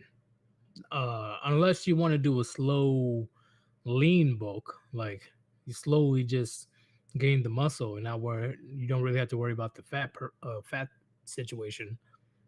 But so long as I get the strength, I don't care. Like if I'm strong, I don't care what I look like. Like I would gladly look like one of those fucking skinny ass shonen protagonists if I could throw around heavy ass shit. Like the I, I physical form is not what's important. It's how much can I lift, how hard can I deliver, and how consistently can I deliver it. well, I agree because there's a difference between working out to be aesthetically pleasing and to actually have muscular endurance, like strength endurance. I mean, I'd like to be able to bench 2 plates consistently. That'd be nice. But if I had to ask what's more important, being able to run for 10 minutes straight or being able to bench 2 plates, I'm going to say the running's more important because that's far more practical in a survival scenario. Yeah, yeah, yeah. I But mean, if I could strength, do if I could do both, that'd be amazing. But if I had to okay. pick one or the other, I'm going to pick the one that's more practical. Because I was going to say, if you had to manipulate the environment, strength is also important. Yeah, but like if I was like, okay, well, you can either do one or the other, or maybe you can only bench 1 plate, but you can run for 10 minutes, versus you can run for 5 minutes but bench 2 plates. Like, I think I'm gonna pick the 10-minute run. I agree. I agree. If you had to choose one or the other, but I also say that it is possible to do both. Yeah, because from research I've done, I know that hardcore bodybuilders who put everything into muscle gaining, they have absolute garbage cardio. Oh, And it's I trash. And I'm gonna pick cardio because there's far more situations where being able to run at a consistent pace for an extended period of time is going to be more beneficial than being able to lift shit. Well, it annoys me when these big old bodybuilders talk down on cardio. I'm like, you're talking down on cardio because you can't do it. Like cardio has a lot of benefits. Yeah, and as Lumberluck puts out, rucking, like yeah, Don't remind me being of able to, rucking, bro. Come on, man. but yeah, being able to go for an extended period of time with an extra 50 to 100 pounds, like The, far, absolutely. the farthest I went was 22 miles with close to 100 pounds. Like with the body armor and the 70-pound rucksack. It was hell. I mean, like that's the thing. That's probably a little bit more than what I would have to carry for a couple hours a day. Yeah, yeah. And the funny thing is, what I'm working now is actually easier on my body. Like the construction section I was working in prior to my current job, straight up gave me fucking sciatica. Like it was absolute hell on my body.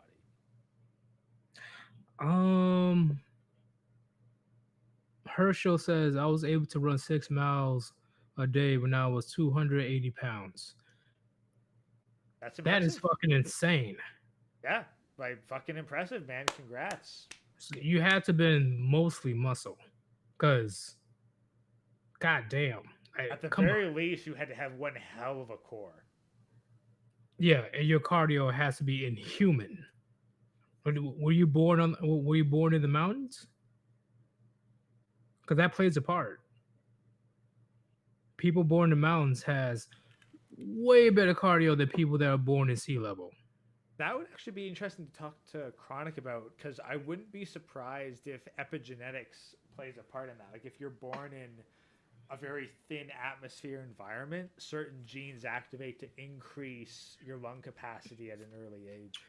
I think they also get extra blood cells as well, so something like that. They get, and that's why any normal person can chill in the mountains for like a few months or whatever, come down, and they'll feel like a superhero because how easier it is to breathe when they go from thin air to sea level. Honestly, it's kind of like the opposite of going to space, because you go to space, everything's so easy. Like you actually will atrophy your muscle mass, and you're just trying to slow down how fast you lose it. I saw this famous video of a woman astronaut. I, I will say pass out, but like she couldn't deal with standing on her legs, and she fell down twice. When she got back to Earth, Yeah, when she got back to Earth, yes. yeah, no, like fucking space acclimate. Like I don't know what you'd call it, but adjusting to Earth after being in 0G for an extended period of time, that's no joke. The human body is not meant to be in 0G. The only place even close to as alien as space is deep underwater. And even then, like at least there's gravity at the bottom of the ocean. I agree. A male astronaut, he was like having a normal interview after he got back to Earth, and he kept dropping stuff without even realizing it. And he's like, "Oh, where'd my pen go? Where'd my cup go?" Because he's not used to. Yeah, because he's used to being able to let go of shit and it just staying there. He's not used to gravity being a thing. AC in the chat says something. He says, "Yeah, my genetics come from the mountains. I was quickly able to cross country 5 miles every other day, and then go to the gym right after." Yeah, I wouldn't want to go to the gym after that. So I mean, I'd be fucking impressed with myself if I could. So, congratulations. yeah, like don't get me wrong, like I consider myself fit, but I know we got some superhuman motherfuckers around here. So that ain't me. I'll let you guys know right now, that ain't me. But, like, I'll admit, this is part of why I do what I do. Like, I want all these superhuman motherfuckers to be able to continue being superhuman and to fucking thrive. Like the last thing I want is for all these people with amazing potential to be dragged down to fucking office workers or fucking couch potatoes. Like no, like I want you guys to be strong as far into the future as you can manage cuz genuinely think shit's gonna hit the fucking fan and I want as many people who I can ideologically relate to be in good condition because you're going to increase my odds of survival. Well, the Gray Ghost, have you heard? It's okay to be weak. I have heard that. I don't fucking believe it, but I have heard it. It is out of control. See the attack on masculinity, like it's crazy the atrocities I'm hearing about. Oh, it's tax. Oh, you go to the gym. Oh, you a toxic masculinity. You fat phobic. Like, bitch, how dare you say that while you eating a family sized burrito? Like you Yeah. just downing that shit. And it's like, yeah, motherfucker, my job requires me to be fit and strong. I am absolutely scared of myself being fat and weak. So, yes, I am fat phobic. Now, am I scared of you? Well, if you're falling on me, yes, but aside from that, no, I can outrun you. Honestly, I want to talk about that gray in the stream on how society wants to change reality itself. Western society. Oh god, You, yeah. you down for that? Uh yeah, I am 100% down for that, especially like if you caught my latest thing, I saw the 45 objectives of communism just while searching for shit to put in Yeah. visually for the clips. It's like, "Oh, huh. Yeah. Yeah, there's a lot of stuff here that fucking relates to the modern day." Ugh. Sorry, I've had so many rum and cokes. I'm fucking hiccuping. My bad. Oh, it's kicking in, huh? Well, I think it's just more so the hiccuping because, believe it or not, I do not speak this much on a day-to-day basis. I think I speak more during these streams than I do outside of streams during the entire week. That's true. I'm completely silent unless I'm approached or around family or friends. Like nine times out of 10, you'll see me with my nose in a book, completely caught, completely quiet. I'm a very observant guy. I'm not the guy to try to talk to everybody. I'm the one that always observe the room. I'm the one that's looking around to see who's this person, who's that person, what are you doing? Are you a serial killer? What's going on? I guess there's some type of paranoia bullshit, but in my opinion, being paranoid can save your life. To be So fair, you are ex-military, so kind of true. justified. True, I'll give you that one. Okay, I see where you're going to because I also, anytime I go to a building, I always have my back against the wall, and I always look at the entrances. Like I look at the doors where anybody can come in. I never have my back towards the entrance because yeah, military. I don't want to Yeah, get ambushed. You know what I'm saying? yeah, like common fucking sense. I heard that. I don't know. One of my old friends, he used to be really into westerns, and he told me about this one guy who was like a famous like gunslinger back in the day, and he'd always get his back to the wall. And the one day where there was just no seat to the wall, he had to have his back to the entrance, and yeah, straight up died, shot in the back from someone at the entrance. Do you agree with what IY fan said? It's not paranoia when society is out to get you. And I will be right back. Give me 1 minute. In general, oh no, I don't think it's paranoia because having an honest assessment of the situation just makes sense. You know that if you reveal too much of who you are to the general populace, you are going to suffer. Like maybe it's not like they'll call the fucking feds and rat you out and have you tossed in the clink right away, but you know that you're going to suffer on a social level if you reveal too much of what you're aware of to people. Like that's why, like personally, I strike a bit of a blend with it where I'll admit that I do shit on YouTube, but I'll also say, look, I speak about controversial, somewhat political shit, so I keep that separate from my regular life. And thankfully, that's enough that most everyone else just goes, "Oh yeah, okay." Well, then I won't pry too much.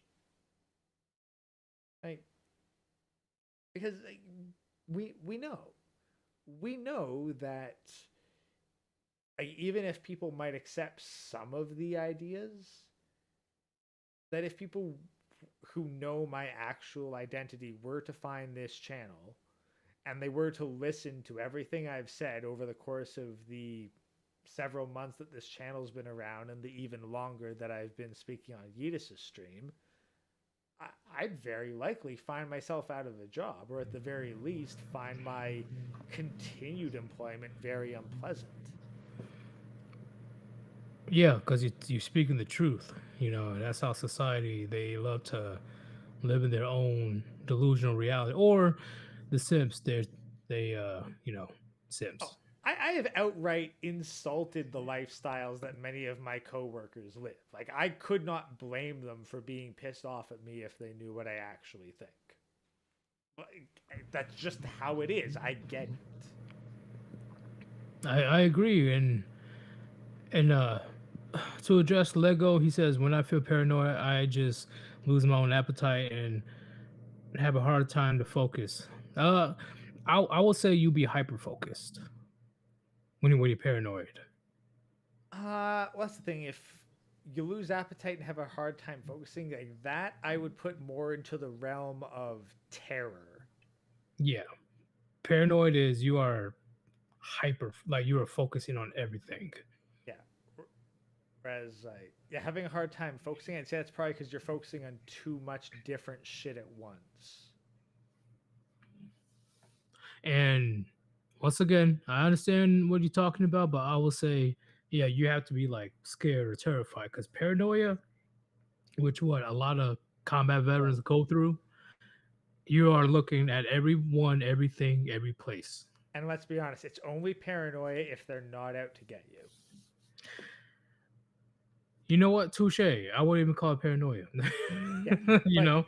like paranoia is when you're like sitting in your house alone at home, nobody knows your actual identity, yet you have curtains over all the windows because you're convinced that there's a sniper outside just waiting for an opportunity. It's like, no, man, no one knows who the fuck you are. No one gives a shit. And even if they did, they wouldn't use a sniper. But it would never be 0%. Sorry, I'm feeling the paranoia. I'm feeling the paranoia. That's me. I shouldn't joke about this, but that's Well, no, dark humor for you. I just say, like, look, dude, they wouldn't use a fucking sniper. They'd far more likely knock on the door and introduce themselves as a salesman, let themselves into your house, and then they'd get you to turn your back, strangle you from behind, and then make it look like you hung yourself in the kitchen on the ceiling fan. Yeah, get ready to get Epsteined. That's the thing. Like, for them to snipe you in your own home is far too suspicious for them to actually carry that out. They'd make it look like a suicide or an accident. Steve Sanchez has a question for you. He says, will you ever become a VTuber in the future? I am working on it. It's one of the longer term projects. I'd like to have a VTuber model. I'm just seeing how simple I can get away with and trying to figure out what the design will be. Because, yeah, but that would be a goal for 2023. I'd say to actually get a simple VTuber model and then make damn sure that fucking accident where it flickers and shows your actual face cannot happen. Yeah, that's the only reason I don't do the VTuber. I would have done it a long time ago. Like I have the funds, but I'm like, you know what? What if it malfunctions? Like it works with Manic, but it all depends on how the recording's done. I think I can set up Streamlabs and whatnot, so it's not an issue, and I haven't seen it being an issue recently with VTubers with the current software. So right now it's more so a matter of getting the model and then just putting in the work to make the eyes move and the mouth move. I completely agree. Because a lot of people, they Well, much rather watch VTubers than just a picture. Yeah, like right now I'd qualify as a PNG tuber, but yeah, I would like to upgrade to VTuber for 2023. And as for female VTuber, well, if I can figure out a good enough voice changer, or even I use it as kind of a puppet and use the female VTuber model, and then like create the female voice to dub over, like I did with that 1 week back when I did the spooky week female avatar. That was It's still ridiculous. I had to give it an honest shot, and I learned that most of my audience does not want a female avatar. Well, because we know you're a dude. Like, like that's just like, what are you doing, bro? Yeah. But if you're able to fool the masses, especially the Sims, to to throw you a bunch of shekels, and Well, you then know, if I had a dedicated clipper channel separate from this one that just clipped the shenanigans of my female avatar self, then hey, maybe it could work. But but as it stands eventually, right now, my core audience wants a male avatar, so I'll work with a male avatar. well, I'm just saying, eventually you reveal yourself like, you fucking simps. Like, I'm just saying, like, it would be the biggest, it's just a Oh, prank, bro. okay. Hey, dude, knowing these Sims, some of them would go, "Oh, she has a penis? That's the best part." Oh, Jesus. Okay, that's when it gets, okay, very sideways. You do not know the bounds of fucking degeneracy of the fandoms that one can court. I will just attract a very niche audience instead of a very broad audience. IYFN says paranoia is an irrational fear, but something like fearing the feds yeeting you in the middle of the night is just common sense. Well, it depends And that's on the how. thing. Yeeting you in the middle of the night, not still that reeks of too Wait, much. do you mean channel or real life? Like, Oh, because that's I'm talking real life. Like yeeting my channel. Oh, that's absolutely something that can happen. I would not be surprised in the slightest. yeah. I don't But you, fear my channel being yeeted, but but you know, coming in the middle of the night to give me a lead sleeping aid, no, no, that'd raise too much suspicion for them to be willing to carry that shit out at this point. and if it does happen, just just saying. Like, that's all I can say. If they want to, have a crack at it,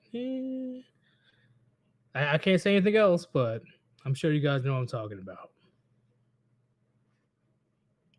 I'm sure you guys know. If they want to try, sure. But are you sure you want to try? That's all I can say, because I ain't trying to Well, no, have some and weirdos at my door. What's yeah, up? no, well, no, like, making some points like they're making some points in chat like Waco, Ruby Ridge swatting is like, I mean, I can't give away too many details because doxing, but I've taken precautionary measures to make myself known enough in the community and also the location that I'm at. It would be difficult to get away with such a thing and not raise a bunch of eyebrows. Best believe the powers to be have the locations.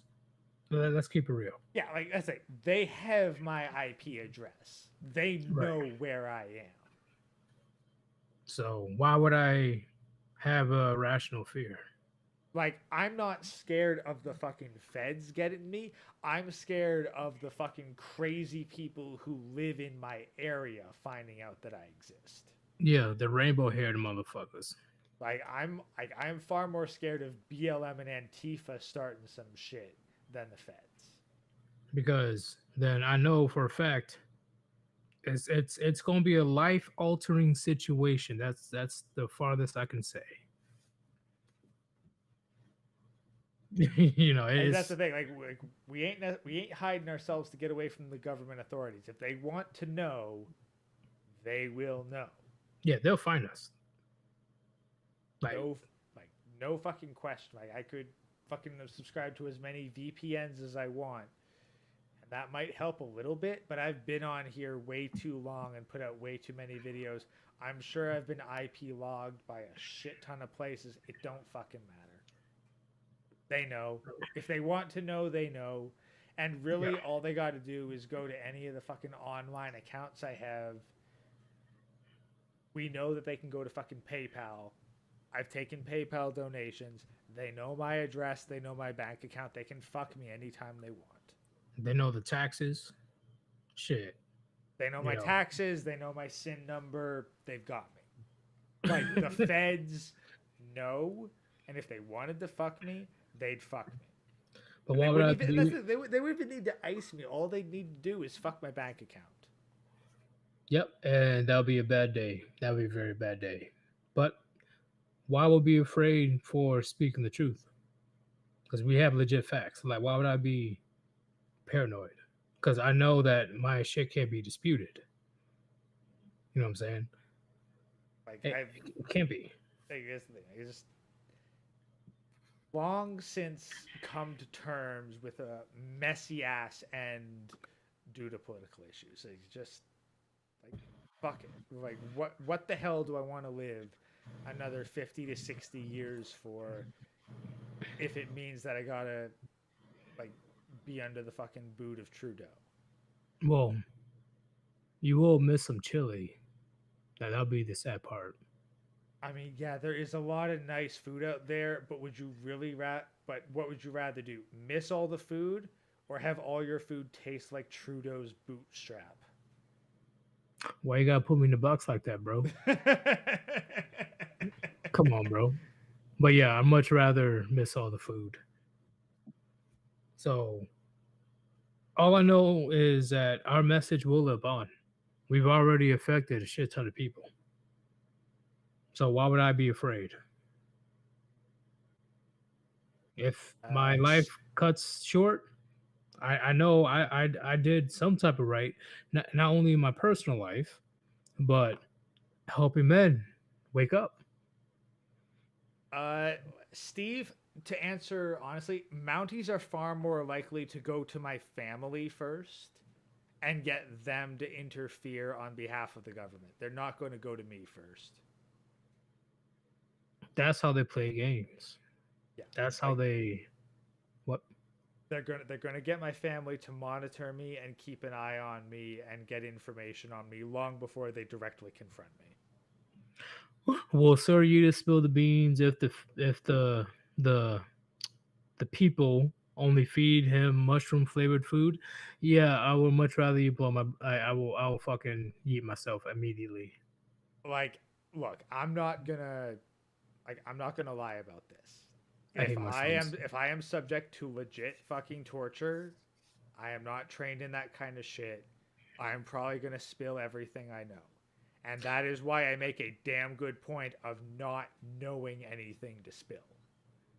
Well, I'm cool with everything else, but if they find, which they probably already know by now because I've been speaking about this for almost 2 years, they know I'm not a fan of mushrooms. And if I got to a torture room, they're like, "Hey, you ready for some mushroom pizza?" Yeah. Just kill me at that point. Just kill me. It's gonna be like. It's going to be like the end of 1984, but instead of a fucking rat in a cage moving to your face, it's a trough with mushrooms. No, not the truffles. Oh my God. That's what's going to happen. Not mushroom soup. What are you doing? You evil motherfuckers. That's what's going to happen. But legit, I just acknowledge, like, look, I will crack under enhanced interrogation. So it's best that I don't know anything to spill in the first place. Well, I'm not going to. Well, what is something? See, that's the thing. They will use something that you actually don't like against you. That's where the true torture begins. Oh, I assume that they're. I assume that they're going to start by pulling out my fingernails. Yeah, like nobody likes that type of pain. Like very. Like I assume it's going to be fucking physical torture, and if not that, then they're going to start with the waterboarding. Well, Like, I'm talking I about. don't. I'm talking about simple shit, like because they actually do that. They find out what you truly don't like, right? For me, mushrooms. I don't like mushrooms. They will literally try to force feed you mushrooms if they find out. They would. Like, don't get me wrong. Like the nail pulling or the waterboarding, yeah, sure, it's completely fucked up, and you might break from that. But let's say if you don't, they'll get something simple as, oh, he doesn't like broccoli. Let's feed him broccoli. Yes, I absolutely do not like broccoli. Please do not feed me Oh, broccoli. stop that, Especially Greg. not steamed broccoli with butter. Please. Please, anything but that. Make sure you put on some cheese. Like, come on. But I'm sure you have, something or it's like some food or whatever like you don't like, and you don't have to reveal it. But if they find out, I'm sure they'll use it against you because they read. I'm pretty sure they read an entire profile to see, how do you say it? Your pattern of life. Like what is your daily routine? Yeah, and I'm sure they'll dig up some shit that honestly doesn't really come to mind as an immediate thing, but they'll find some shit and start with that. But at the very least, I'd hope that I could hold out until they start the nail pulling and the waterboarding. No, they bring in the furries first. I know, not the furries. Oh my god. Admittedly, if they fucking strip me naked and bring in a horny pit bull with a red rocket showing, like, no, like, wait, where did this even come from? What? First off, a pit bull naked, hey, like he will rip your shit off. I guess like you start with the furries, I immediately assume, oh man, they're gonna have the fucking canine unit do some goddamn zoophilia shit here. No, I mean actual furries. I'm talking about like Comic-Con, whatever con furries. Why the hell would I be afraid of some asshole in a fursuit shitting in a litter box? Because they'll be doing some very weird shit.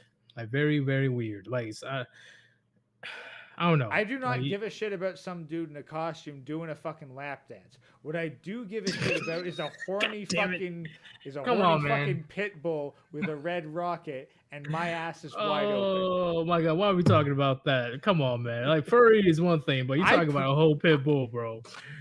Come on, bro. I put fucking nothing past the feds, man. Did you say fur give you a lap dance? What the that's the thing, is like, why the fuck would I give a shit about that? It might be weird and uncomfortable, but why the fuck would I be like, oh no, don't have him give me a lap dance, don't have him be sexual in front of me. Well, unless you have a phobia, okay, I'll give you that. Okay, unless you have a phobia against that. But that was so random for fur to give you a lap dance. I'm just thinking, like, what the fuck's a furry gonna do to actually be threatening to me? Like, be sexual in front of me? Like Chat, what the fuck? I'm not wrong. I'm not wrong. Look, he's like Gray went from 0 to 250 kilometers. Like, whoa, like, holy shit! But they bring in some fucker in a fursuit, and I'm supposed to crack under that? Like, come on, that would be like someone bringing in like a fucking plate of mushrooms and just having it in the same room as you. Like, you ain't gonna crack under that shit. As long as they ain't trying to force feed me the mushrooms. Well, that's the thing. If they're not trying to force feed me the fucking furry, I don't mind. Well, okay, like similar to, let's put in Chaz, right? Because I'm assuming this is what they would use if they use any type of torture method. They will take Chaz's Game Boy, right, or DS, his Pokemon game. They'll go right in front of him, and they will start a new game. Dude, I had to deal with worse shit from my younger siblings.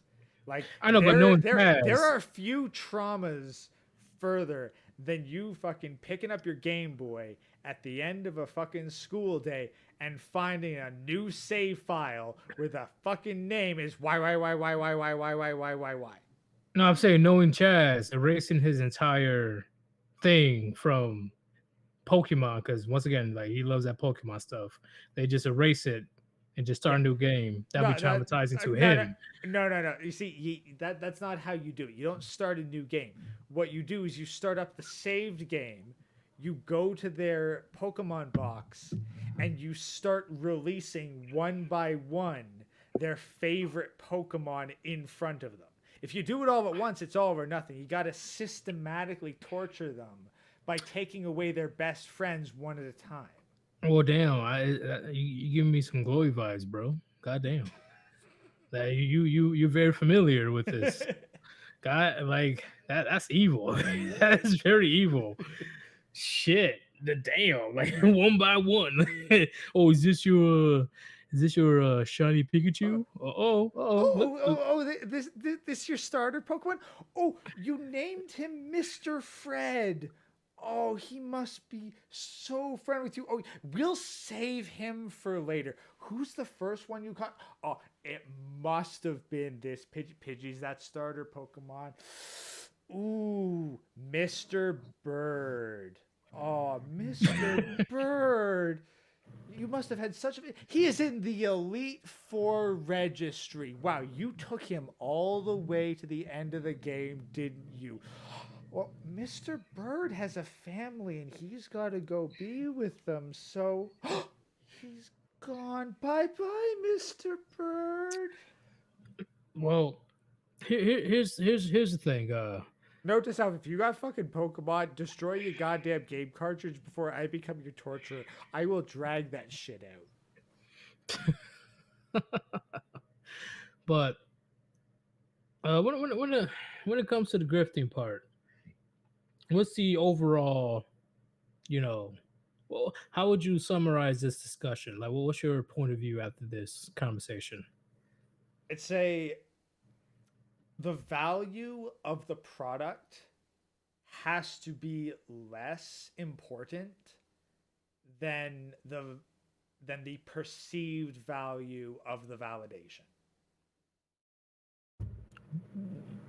Can you elaborate when it comes to that right quick? Yeah, essentially, like, you have to be selling something that is borderline worthless for far more than its actual value. Like selling something that is worth like $50 at most for 500, and most of the value that gets people to actually buy your shit is the perceived social value from your approval. They're doing it less to get the actual value and more so to get your approval from the value.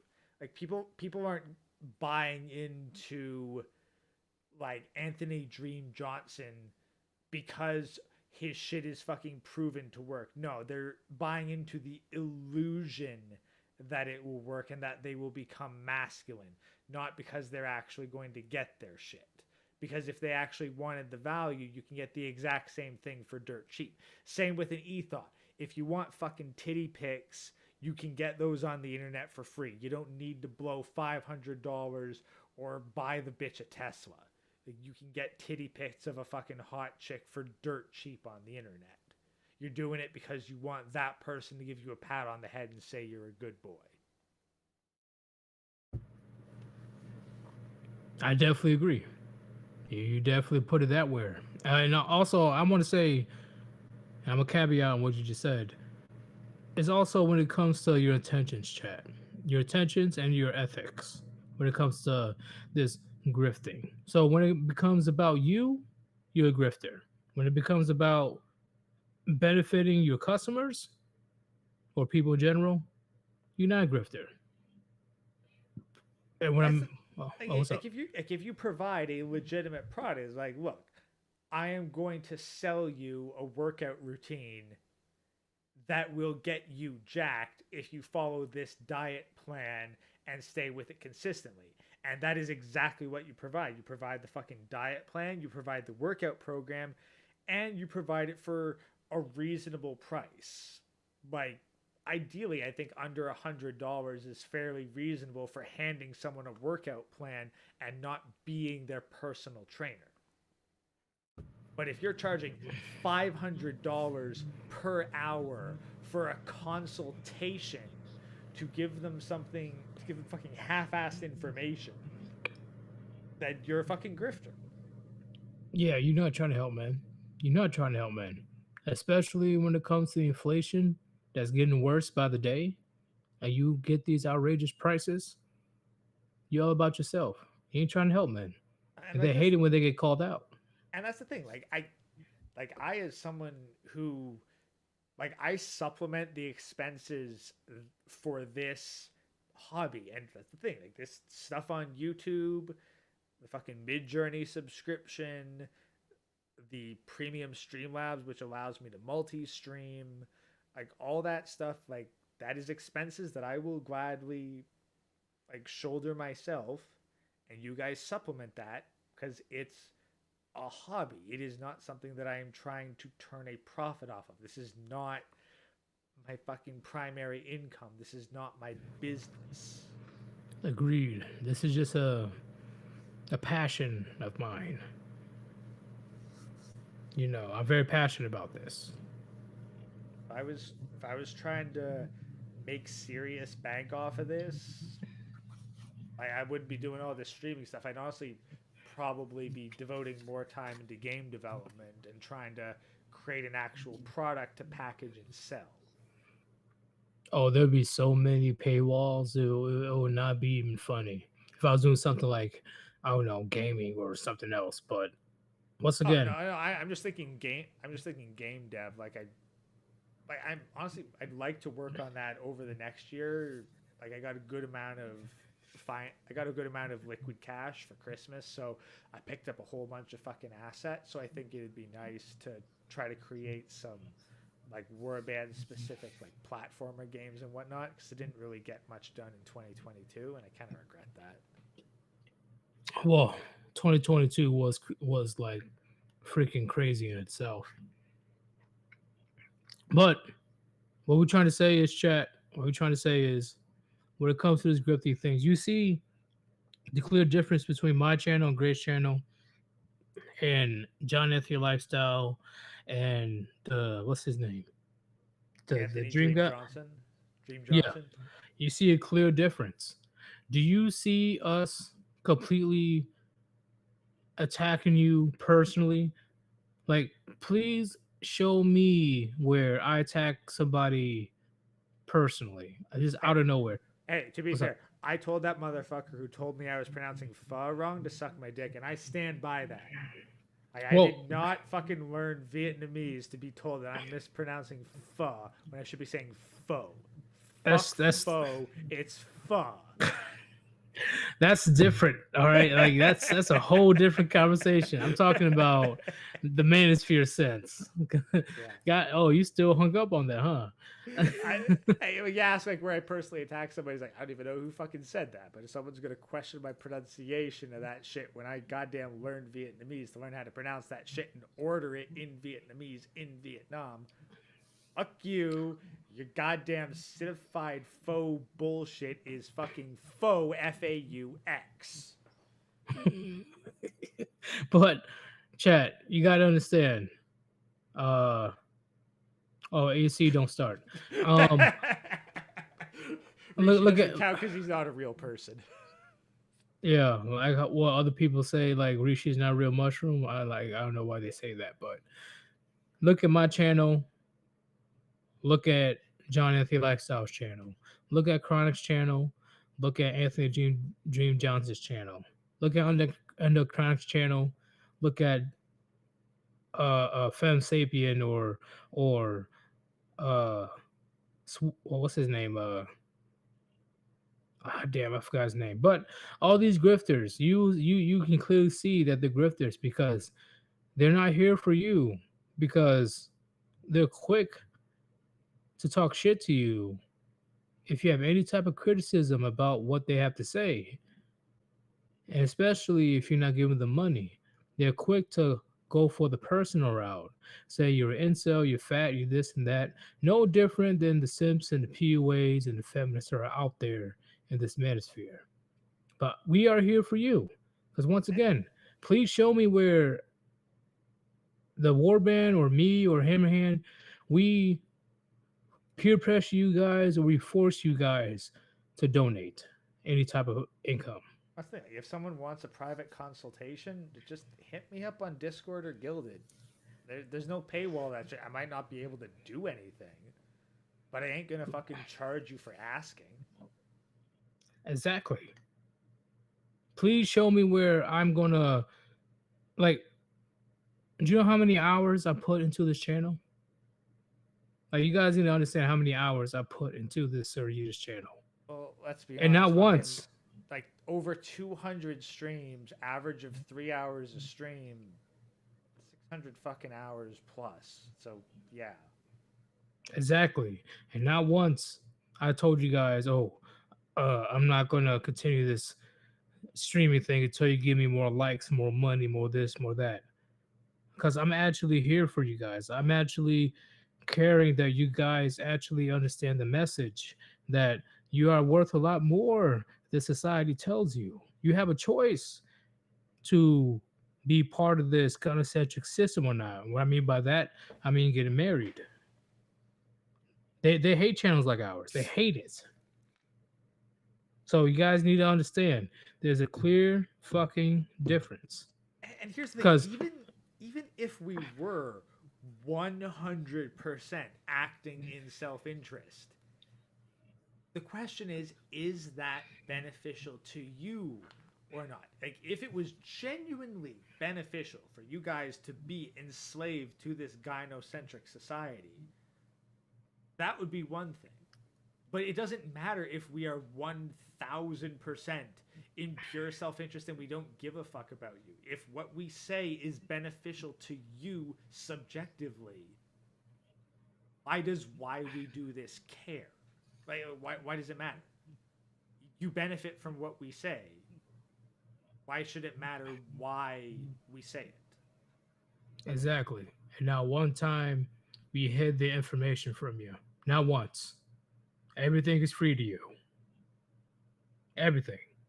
And like now that I've gotten more of the clips going, like I make sure like I try to go for everything we say. I'm trying to find some sort of fucking reference or backup so that people can look even deeper if they want, because we blow through a shit ton of topics in a very short period of time.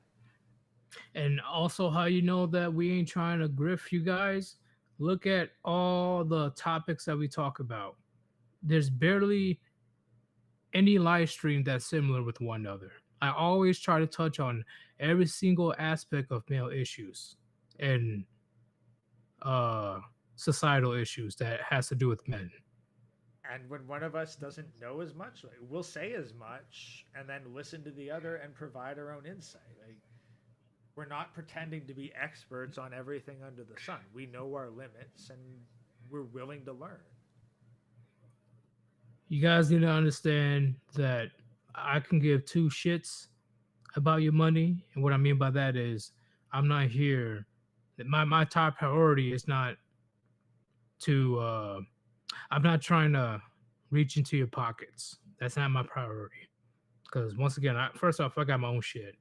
Second, how's that even? My entire channel will be an entire contradiction if I'm putting a bunch of paywalls and stuff. Look at my description. Like, if I had to go fucking cheapskate, then all you'd see is more Google image rips instead of Mid-Journey produced images. Or actually, I'd probably just do more stable diffusion since that shit is free. And I wouldn't be able to multi-stream because I wouldn't be subscribed to Streamlabs. But that's it. Like, I don't have any recurring payment systems for any of the stuff that actually lets me stream with the fucking audio quality and the visuals. Agreed. The big thing that you guys need to understand is you guys need to know the difference between a person that's actually genuine and wants to help you out and actual grifters. And don't get me wrong, there could be genuine people that could eventually turn to grifters. That's why we give you all the signs, the points. Oh, although as AC boys, perhaps this is reverse grifting, and I'm like, you know what?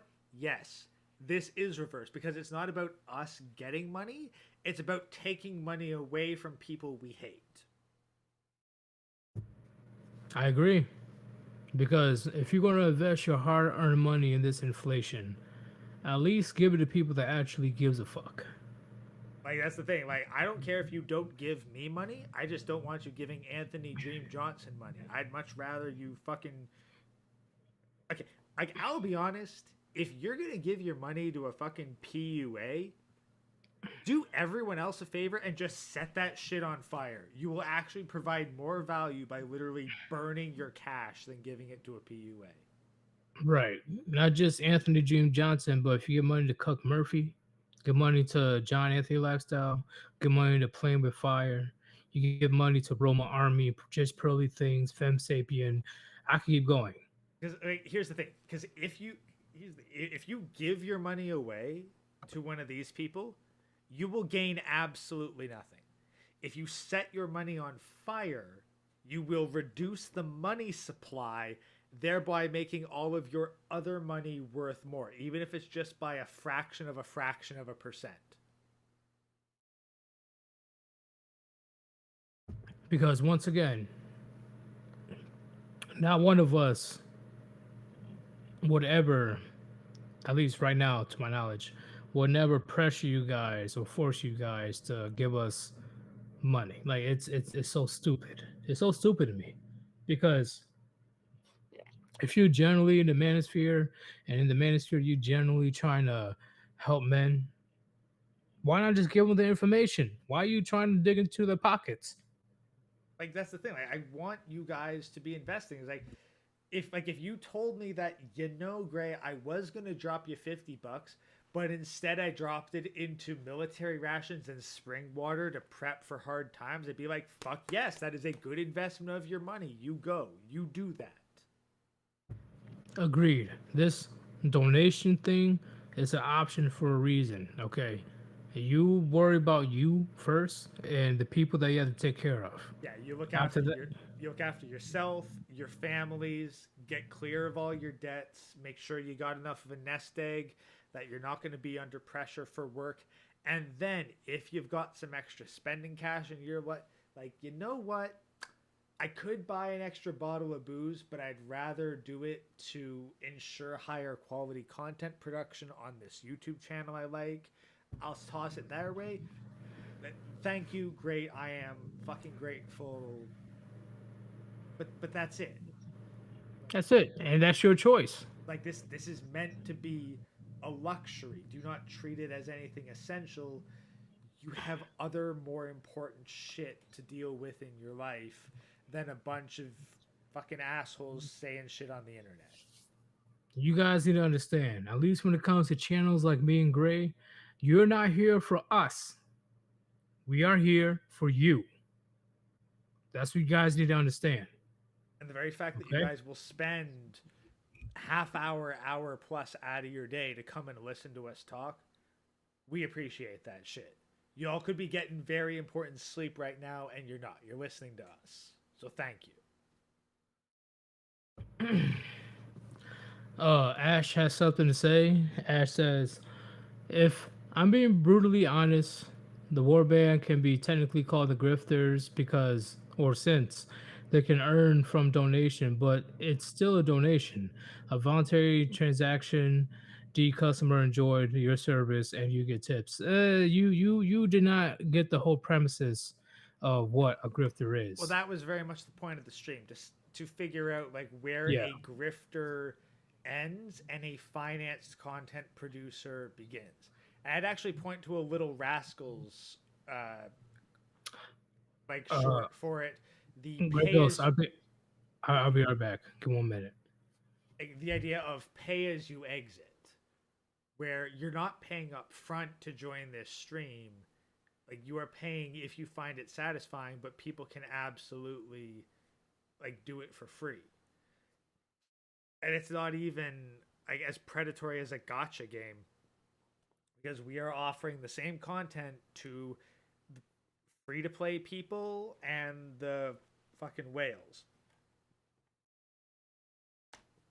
And I think I wouldn't say we're grifting because we're not actively trying to get money. We put an access point for it. we'll give additional benefits. Like in this case, if you want your message to pop up on screen, then you can do it. Like you can drop the donation link, give your message, and it'll pop up on screen now because I got Streamlabs hooked up that way. But like, there's no paywall. I'm not putting any pressure to say, hey, pay or the content stops. Like literally, it goes till we either run out of things to say, we're too intoxicated to continue, or we're too bloody tired because it's fuck o'clock in the morning. So, I mean, if to you producing content and asking for donations is a grifter, then by your own personal definition, okay. But that expands the definition of grifter to such a broad margin that, from my perspective, it becomes meaningless. Yeah, are we lying to you? Are we really feeding you BS so you can just keep coming back to us and donate? Because at that point, like, who isn't a grifter? It's like the syndrome thing. Like, when everyone's a grifter, no one is. Because I don't think we're lying to you. I'm pretty sure we give you the most truthful shit as possible. That's why we don't have 100K subs. I like by that definition, wouldn't you say that everyone who's ever run a marketing campaign is a grifter? Because they're definitely hiding more shit behind a paywall than we are. Oh, definitely. Agreed. I'm just saying, yeah, that could be a definition of grifter, but reality is grifter is one that's trying to con you out of your money. Like when we say grifter, we're referring to a very specific demographic of people. If we are grifters, then the grifter has become so broad it basically encompasses the entire free market. Which doesn't make any sense personally. Yeah, like So, to expand the definition that broadly kind of makes it meaningless. So you have to draw a line somewhere. And if we are a grifter, then could you point to someone who isn't a grifter by that definition? Because I'd like to know where the line is. at that point, no. Everybody in the manosphere that accepts donations are grifters. So, according to that definition. Yeah. It's just some random guy says, like, that would mean demanding money for your work / time as a grift. And, well, that's just a transaction.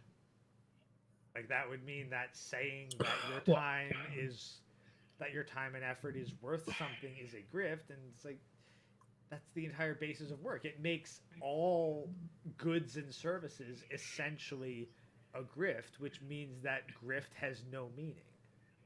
Well, I agree with just a random guy. There's a difference between having a choice if you want to put your hard earned cash and invest in a channel than to outright demand your money.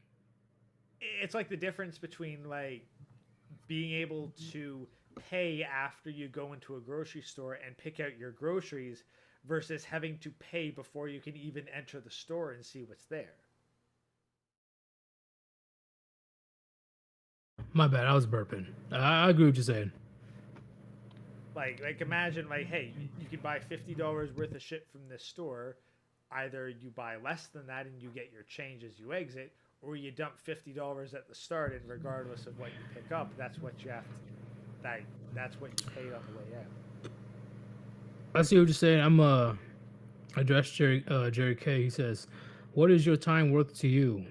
It is priceless. At least to me, it's priceless. Time is priceless because that's the one thing you cannot get back." I mean, like I work for a certain amount of wage that can be broken down per hour.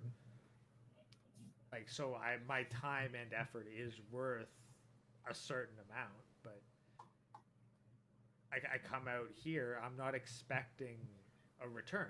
And I do get value out of this. Where else do I get to talk about this kind of stuff in depth with other people? I don't. That is true because if you talk about this in public, you'll be canceled to oblivion. So like that's like I have had private Discord calls not in front of an audience, no chance of any monetization from it. for hours on end just because it's good to talk about this kind of stuff and learn this kind of stuff. That I get to do this in front of an audience and that people will listen and occasionally throw me a couple bucks. That's just a bonus. I'm just grateful that I can actually speak to people on this kind of stuff that I can't speak to literally anyone else in meat space with. Yeah, because think about the Joker quote, chat, if you watch The Dark Knight. It's not about the money, it's about sending the message. The money will definitely help contributing into sending the message. Okay, I'm not here to pay my bills and all that other fucking bullshit. No, this is a crucial time that there's not that many men left not afraid to speak the truth what's going on in society today. The only reason that we're able to do this, that the reason that we know enough to be able to do this in the first place, is because other men donated their time and effort to pass on the message to us. And they created this space and community prior to us. So fucking props towards them, all the OGs that built this. I'm going to say thanks Hammerhand, Pop, Barbarossa, Stardust, TFM, Sandman. TFM, Sandman, Liberation, Y. There's plenty that are fucking dead. So that are fucking dead that can't even hear our gratitude. They deserve the gratitude that they'll never get. But the biggest thing is, if you want to donate, that is up to you. That should be the biggest thing. It's your choice, your whatever intentions that you have that you want to donate. It is your choice. That's how it should be. Not stop everything that I'm doing until I get money from you. That's fucked up. Or hide behind a false pretense of, oh, I'm here to help you, man. I'm here to make you the best version of yourself, while they're trying to get maximum profit out of your wallet. You guys got to think on that. All right, if you guys want my audio up, I can bump it, but that risks picking up some of the shit in the background. So, well, you're louder. Goddamn. Yeah, and I turned up the gain on my audio interface. I actually got to hear that fucking jet engine you guys were complaining about. I was like, oh, hot damn, my computer is fucking loud with this mic. Could consider the quartering a grifter by those standards? No, I don't see the quartering as a no. But that's the thing. It depends on the standards that one defines grifting by. Because the ones that we're talking about grifting is in the manosphere only. That's the main topic that we're talking about. The ones that actually wants to truly help men that are lost, hopeless, looking for answers, gullible, does not know what's going on in this gynocentric system today. The quartering is not in the manosphere.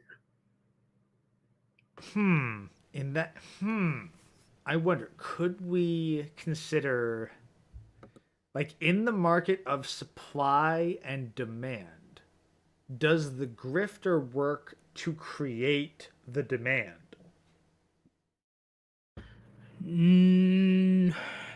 I think he jumps onto the opportunity. Well, okay, but here's the thing.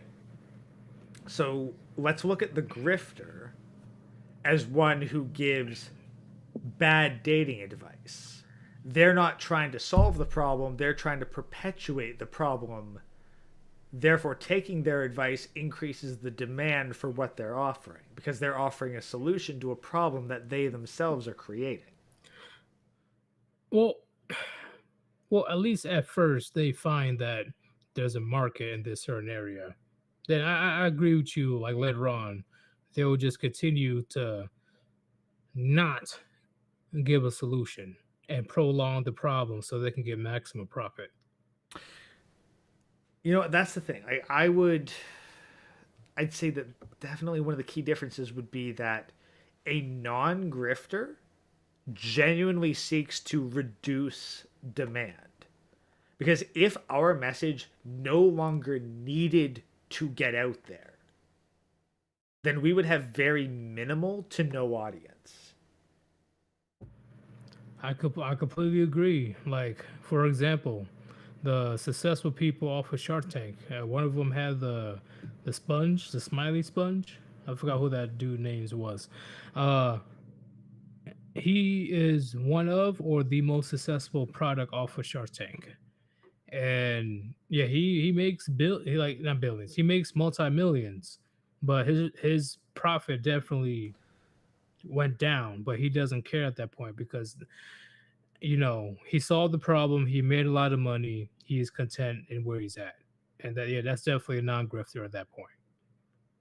Yeah. Whereas that's the thing. Like if we went on and it was just like just the hardcore people who want to tune in and support and listen to us because they are fans, that'd be nice. But we're not seeking to be like, oh yeah, let's turn a profit off of this. Whereas the grifter, they are constantly seeking new people to jump in, even if they have to create that demand artificially. And they don't want any. They don't want any of the people who come on. Like, because here's the thing: like, if someone comes on to, I'm just gonna use like Dream Johnson's bullshit. Like, if they come on to Anthony Johnson's thing and they pay him the $500 once, and he gives them good advice, and they get a girlfriend and then a wife and then have successful kids, they don't need him anymore. He doesn't want that. He wants them to keep coming back asking, where did I screw up? What did I do wrong? Here's another $500 to help me even more, daddy. I completely agree. Because once again, you got to keep the customers coming back.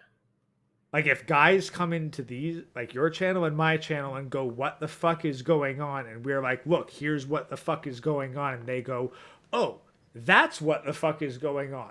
Oh, that's what I need to do? Okay, I'm going to get on that. I'm going to start stockpiling my cash, putting stuff away, and making preparations for when shit hits the fan. Thank you, guys. I'm out. We'll be like, Godspeed, man. Best of luck in the coming bullshit. Well, we all know and we all talked about how our channels are not going to last that much longer. And we understand that. We understand that it's only a matter of time before, the great cleansing of, the manosphere is going to happen. Yeah. Well, channels like ours. That's the thing. Like, we can put our stuff into Odyssey and do like, I'll be honest, the thing that I would be most heartbroken about if my channel got yeeted right now would be that I don't have all my Elden Ring stuff backed up. That is true. Like everything else I can fucking talk about and recreate, or I've got the clips saved. I don't have all the Elden Ring footage backed up yet, and I really like that because I kind of want that to be its own standalone episode, even if no one gives a shit about it. I completely agree. You do have Odyssey, right? Yeah, I've got Odyssey, and I think I multi-streamed it to Odyssey, so it's probably stored there, maybe, but I'd just like to have it backed up to a hard drive and create mini episodes because it's my first playthrough of Elden Ring, and it's just kind of special to me, just in its own way. I agree, but going back to the chat, like once again, I invested a shit ton of hours in this. And I know that Hammerhand and Undead Chronic, they invested way more time than I did because they started a lot earlier. Do you really believe that, we're the grifters? Or are you talking about the ones that buy bots, or talk about I get girls, but they're sleeping with trannies and they're in open relationships? And hey, just some random guy, if you like genuinely give a shit about my Elden Ring journey, I do appreciate that. Like it's gaming on an otherwise manosphere / philosophy channel, but fuck it, I still like playing games, and I appreciate it that I'm able to entertain people with my shenanigans. Undead Crime does not bring drama unless somebody deserves it. But for the most part, we're not the one that's trying to create drama. We're not. We're here just to give you guys a message. That's it. But you see these PUA channels, drama on top of drama on top of drama. Don't donate to that guy. He's a fraud. Donate to me because I'm not like these other PUAs. That's exactly what it is. Like, oh, I'm not like the other Manosphere channels. I'm different. I'll be the only one you ever need, baby. Yeah, even though I fuck trannies, I still got a 2,000 body count. Like, first off, and there's another guy, I forgot his name was. authentic alphas, bro. He strips in front of other men, and there's legit video of that. Like, not the actual video, but there's a video of him admitting to doing that. How is a That guy like is, that? I do have to ask though, was it in a sexual context? Yeah, like he Okay, had to. no, okay, strip. okay, nope, no What's fucking up? forgive this then, because I know non-sexual context with which you could do that, and no, if he's like doing it as a fucking strip tease, He like, went no. all Magic Mike. Yep, that's the thing. If you're Magic Mike in it, fuck you, man. Yeah, Fuck you. and we got these type of guys in our space. Yes, that's the fucked up part, you know. And I can send you a couple links just to prove my like, bro. It was insane. I was in the chat too. I was I, like I, freaking out. I believe you. I just wanted to make sure of the clarification, because as someone who's been to art school, I do know of non-sexual connotations which you strip in front of dudes. Well, he lied about it on multiple occasions until he was called out by his manager that he called saying, "Bro, what are you talking about? What do you mean you never been there in 10 years? You've been here every year." He got caught in 4K. He got caught in 4K, and he called himself authentic alpha. Chat. Some LGBT motherfuckers. I mean, that's like basically saying that the bottom bitch for a pimp is the most alpha of the whores. Like, it's getting ridiculous, and then people wondering why channels like ours are getting frustrated about what's happening right now. Because what the fuck? We got a whole alphabet community coming up in here trying to tell men about male issues. Yeah. Oh, Like, you Ash, deal with dudes. You don't even deal with women. That's just me, man. yeah. No, if anything is, Ash, like, even if I did somehow get monetized, I would not trust myself to receive any of the cash. Just like, look, you can donate through the fucking link, and that's about it. I would get Bro. monetized just to see if that would boost the fucking algorithm shit. It does. But I ain't trusting a fucking cent that has to go through Suze. That shit will never fucking reach me. Hey, I the will get cash is demon. good. Not gonna lie, you know. Oh, it is pretty good. I've seen what Hammerhand gets during his stream, and it's fucking mind-boggling. But Okay, until I don't get that type of money, but yeah, no, but but until I see the money like dropped into his actual bank account instead of YouTube as an intermediary, I don't trust it as any more than just a very expensive way to pay YouTube for a shiny comment. I agree, but that's the beauty of the situation. Finally, Hammerhand gets monetized after all these years, and he's getting a shit ton of donations, and not once, he has to do any type of peer pressure or any type of maybe stop my content. That's what I'm talking about. The product, the content speaks for itself. Yeah, and just some random guy like Elden Ring, I just make it a Sunday 4 to 7 thing. Like I just shove that time slot into my week, and that is my Elden Ring time. That's it. Well, if you have time in the evening, pretty much. If I like, once again, I used to be a hardcore gamer, but I'm getting older, and you know the joys of adulthood is getting in the way, right? Oh no, that's the thing. I do not have time to be a gamer for anything except like shit on my phone. That's why I set aside a 3-hour time slot on a Sunday evening, and that is the time I play Elden Ring and stream it. The rest of the week is so flexible. I have other things to do. But even if I have time, I'm just not feeling it. I'm too tired. There's so much other things I have to worry. I'm just not feeling. It's the unfortunate reality of dealing with responsibilities in adulthood. Well, that's the thing. I think that I can set aside 3 hours out of the week to game on stream, and that's my time slot, especially since Hammerhand usually starts at 7:20 with his Sunday sermons. So I find it's a good time slot for me. I agree. I'm just saying, yeah, if I have the time and if I'm able to make like fucking millions off of streaming off of YouTube, oh, believe me, every day, all day, every day, I'll be playing video games. But I don't know about every day. But I would definitely make it I'm just like my saying, if you're fucking. making millions, you know. Okay, millions is one thing. Look, if I Yeah. could make, let's say, $1,000 a week playing video games, that would be my fucking like 9 to 5, 6 days of the week. Easy. True. I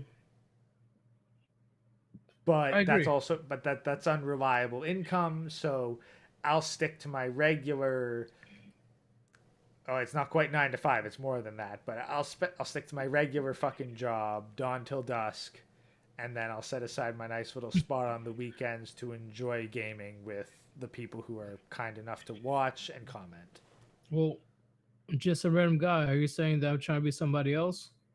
I was freaking the fuck out when me and Gray played. Yeah. I, No, I, no, no. I was trying to be He's somebody else.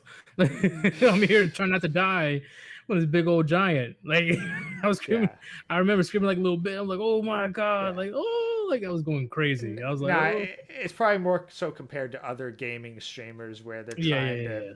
play up a certain act, and it's like, no, like I'm genuinely playing Elden Ring, trying to figure shit out and explore, and enjoy the game as close as I can to day one launch. I would try Elden Ring one more time. I'm gonna get it right now. Honestly, where is it? I'll download the game one more time. I'm gonna see if it works and it doesn't like shut down after 10 fucking minutes. That's Because the I thing. deleted a lot of shit. And Like I'll gradually start a new character and play with you off stream just to like see if it works. 'Cause I still got my old no, character. fuck that. I'll fight you right now. I'll fight you at level 100. I am not level 100, man. I'm level 29 at most. Like, it's not gonna end well, but no. I'll go down with the Blaze of Glory. Nah, fuck that. Yeah, you started level 1. Yeah, no. I still got my old fucking characters. So like, you boot up your old save, I'll boot up my old save, and we'll see if we can fuck around for a while in the lands between. That is true. But the big thing I want to try to fix is the Sea of Thieves because it pissed me. I'm about to delete the entire game. That's what I'm gonna do tonight. But chat. The premises of this talk is you guys need to know the difference between people that are uh, genuinely trying to help you, and the other ones are just there to take as much money away from you as possible. You have to understand the fucking difference, right? Don't be those simps going to Roma Army with a big old tattoo on her fucking neck talking about I'm not like these other girls. And she has Well, OnlyFans. she's technically not wrong. Most girls don't have a tattoo on their neck. Well, Yet. yeah, but you know, I get your point, but she's not technically wrong. I see what you're saying. I see what you're saying. You know, but chat, like she's a whole single mother. She divorced her husband. She's taking 20 different fucking pills because I heard that she has mental health issues. She has a secret Instagram or Twitter account where she posts her lewds or nudes. Oh, come on, And what? she posts her fucking OnlyFans. And she claims that she's done like these other girls. Like, think about that shit. Come on, man. Yeah, Like, don't be that fucking gullible. At this point, if you find a woman who isn't taking fucking head meds for some shit or another, that is a girl who's not like the other ones. And that'll be even more suspicious. Because at that point, you're wondering, have you seen a shrink? Because I'm pretty sure you're crazy anyway. Yeah, I'm like, where's your meds at? Because what do you mean you ain't taking no meds? Like if you ain't taking at least 3 pills, I don't think you've been diagnosed yet. Pretty much. AC tattoo on the bones. That's some pussy shit. You get a goddamn Dremel tool and you engrave that. That's fucked up.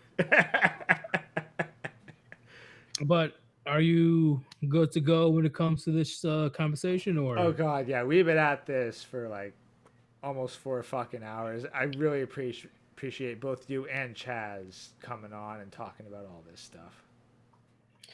It was a very informative conversation. I actually did change my perspective on the grifters based on what you and Chaz, explained. I'm like, you know what? Maybe I got the definition kind of wrong. Yeah. Well, that was the point, like just to kind of go in and make sure that we're all operating under the same definitions and to argue it out if we're not. Exactly. But we can all agree that grifters are fucking for themselves, and they're not here for you, men in the manosphere. They're only trying to get some gullible fucking man, right? That actually goes to work and earn money. They want to have access to your wallet. That's it. Nothing more, nothing less. And they're not here to solve your problems. They're just here to stretch out the problem as long as they can, so they can take out as much money as much money as possible. A grifter is someone who sells you water that makes you thirsty. Pretty much salt water. Yeah, basically. You want some electrolytes? That's pretty much that's gonna happen. You want some electrolytes, boy? Go ahead, drink this water from the Pacific Ocean. They sell you food that makes you hungry. They sell you water that makes you thirsty. But yeah, that's pretty much it. But this is a phenomenal stream. Like, I had a good time. It was a great conversation. Yeah. Again, thanks for stopping by, Yeetus, and everyone in chat. Thank you for participating. Like, it really is you guys that make this worth it. That might sound kind of cheesy, but fuck it. Like, it's been great seeing familiar faces and then new people pop in and able to engage with the chat. I would not be here if there were not men willing to listen. Hey, No, Iridium it's Kush. Sorry if you're just dropping in IK. We're about to drop out. So, but thanks anyway for stopping by. We appreciate it. All right, I good to go. I'm definitely gonna down the rest of this good drink. I'm gonna refill my glass. I'm gonna hit us for the exit theme. So, do hope you guys like the music that I put for these themes. Probably gonna look into a couple more, see what the AI can put together. But y'all have a good night, and I'm gonna have Elden Ring New Year's Day 4 to 7. Probably gonna get in on some streams prior to that. I'll post something in the community tab. Yep. So, Peace out. thank you everyone. Peace out, Warband. Yeet.